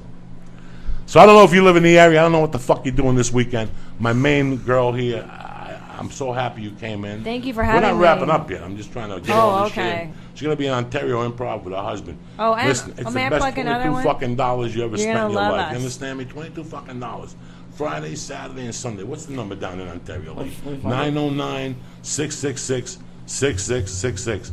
That's 909-582-2361. That's 909-484-5411. There you go. All right, and what is it? 989-484-5411. Also, guys, if you're in the Pasadena area, come see me August 9th at the Ice House. I'm doing the Side Room, 2 shows, 7:30 and 9:30. Come out. Don't fuck around. These are the same people. You guys love it. Don't fuck around, all right? She's doing 2 shows, 7:30 and 9:30 on a Saturday or Friday night? No, that's a Saturday night. Saturday night. In the small room. And the reason I like is because you can really let your nuts hang. I'm going to say some real shit. It's going to get fucking weird because I like it that way. So come and watch some real shit happen. It's like 180 people and you can have a party in there for 2 shows. Come on down. $22. They got great food. Pasadena, the whole area got great food. Yeah, it's good. Get some fucking tickets. Get some sushi. Take your wife or your girlfriend or your fucking lover over to the Ice House. Laugh with my girl. 626-577-1894. Again, 626-577-1894. That's the number to the Ice House. Call them up right now. I ain't fucking around. Joe Rogan's up there right now. Call him up, leave him a message. Oh, that's right. My husband's doing his show They're tonight. doing, everybody's up there. Bert Kreischer, me, I got bigger locations. I'm going to the fuck these bitches. You know what I'm saying? You gotta go to What else you want to tell me? It was a pleasure having you on. Thank you so much. How long have we been trying to get this dirty bitch on? A while. You've always mentioned it that you call her and then you're out of town. Well, and Joey used to be like, I'll call you at 6 a.m. and we'll do that. And I'm like, that's not gonna happen. What happened to your 6 a.m. phone calls? Monday. Okay. What happened was I was doing all this working out and I wasn't losing no weight. Me and my wife were like baffled. There's got to be another problem. And then I sent them my card. I have a sleep apnea machine, and you have to send it. It's a computer, and every month, every 90 days, you send it in. And the guy called me. He goes, "Hey man, you're gonna fucking die. Do you sleep only with the machine, or do you sleep on the couch half the night?" And I go, "No, I sleep with the machine." Why? He goes, "You ain't sleeping. You're averaging 4.8 hours or something to sleep a night." Oh shit! Yeah. He goes, "You gotta knock it off." So. It's good that I do the Wednesday night one. Plus, I get guests that come in. It's much easier with accessible. traffic and. What was I say to you? What was the other question? I don't even know. So I do that one Monday at 6 to get people jumping. People have weird weekends. They probably ate a bad dose of pussy. They need a little kick in the ass on. And that's what I'm here to do. Give you a little kick in the ass, reinforce you, let you know it's a cruel world out there. You got to wash your pussy. You got to be prepared. If you want to get your dick sucked, you got to be prepared. You can't go out there unprepared. Nobody will suck your dick. That's so true. So Monday, 6 a.m., and then Wednesdays, I like to do 8 o'clock. And I miss jiu-jitsu and I miss spots, but I want to give you the best possible podcast like tonight. I had her in here, and I can really tap into on the phone. We fuck around. It's topical, but they got to go up to 20 minutes, you know. Yeah. The husband wants to fuck her. Oh, all the time. In the morning. All day, every day. What's up with you, cocksucker? What are you doing this weekend? This weekend, I don't know. There's a fight Saturday, which should be good. Who's fighting? Oh, yeah, I'm sorry. Matt Brown. I'm just excited for next Wednesday. That's right. We got the podcast at the Ice House. Right. Oh, that's always so much Miss fun. Pat, live podcast with motherfucking Miss Pat. We got women. I'm a woman guy. I jizz with women. I have a great relationship with a lot of these women. So I like for them to come on and we talk, and I talk crazy, but they know at the end of the day I love them and I respect them. Of course, you do, Joey. You're the sweetest one. I Thank love you the very most. Much Thank you, Boo Boo. Coming. You're beautiful. I'm a big Joey. fan of. I think you're sexy, funny. Thank you, Joey. And you have a podcast. Yes. Oh, Your Mom's House, guys. Listen up. We're gonna have this Friday. Gretchen Bonaducci is a guest on that episode, and she's writing a book about Danny Bonaducci. I don't know if you ever watched Breaking Bonaducci in 2005. It's a crazy fucking reality show. So yeah, listen to that. We were just in Vice magazine too, or online or whatever, Vice, and it's good. It's a fun show. We talk about shitting a lot. If you like that, a lot of brown talk. I told Tom when he did the live one, but I said it on here too. Like, you're like, I think between you and Ari, it's my two favorite podcasts. Aw, thank you. He always talks highly. Ari's great. Thank you. You're very sweet to say that. Thank you. No, it's just a lot of the shows have gotten to be like interview shows, and it's just. Because I see it's hard. It's not hard, but it's different when it's only Joey and me. Yeah. And most of the time, your shows are just you and him. And it's like one of the only podcasts where you really have to have listened for the whole time. Yeah, good. Because like there's so many running gags, and I don't know. I've started a while ago. I missed the beginning of it, but the very, very beginning. Yeah. I don't even know where those are. When we were with Death Squad, we started with Death Squad. Yeah, I got you right at the end of that. Oh well, hey, I'm glad you're here. It was fun. No, Thanks it's for a great show. Me, guys. Thank you. I love you guys. You gonna wash your assholes now? Yeah, I gotta go do a set, but I love you, cocksuckers. Stay black. Have a great weekend. We'll see you Monday at 6 a.m. You bad motherfuckers. JoeyDiaz.net for fucking tour dates. Where am I this weekend? Reno, and that's it. I ain't seeing you motherfuckers till Brea, September 18th, and then I'm in New York the 26th and the 27th of September. I'm taking August off. Good for you. Done. I'm relaxed. I'm going to Kentucky with my family. I'll be in Paducah doing a show at a fucking coffee house, believe it or not. Holy shit. I'll let you motherfuckers know. That's how I roll. Now that the show's over, remember to go to naturebox.com. What music you going to put on? Because you already put the other thing on. So now you fucked this up. Well, you said where's the music, and we have 2 songs lined up. I don't know. I'll do this one because I'm sure both of you hate it. I have a feeling I know what it's going to be. Yeah. I don't even know who sings that piece of shit song. Which one? You know what he's gonna play. I don't know. The boys are back in town. Oh no! Oh, okay. That's the worst, bro. Bro.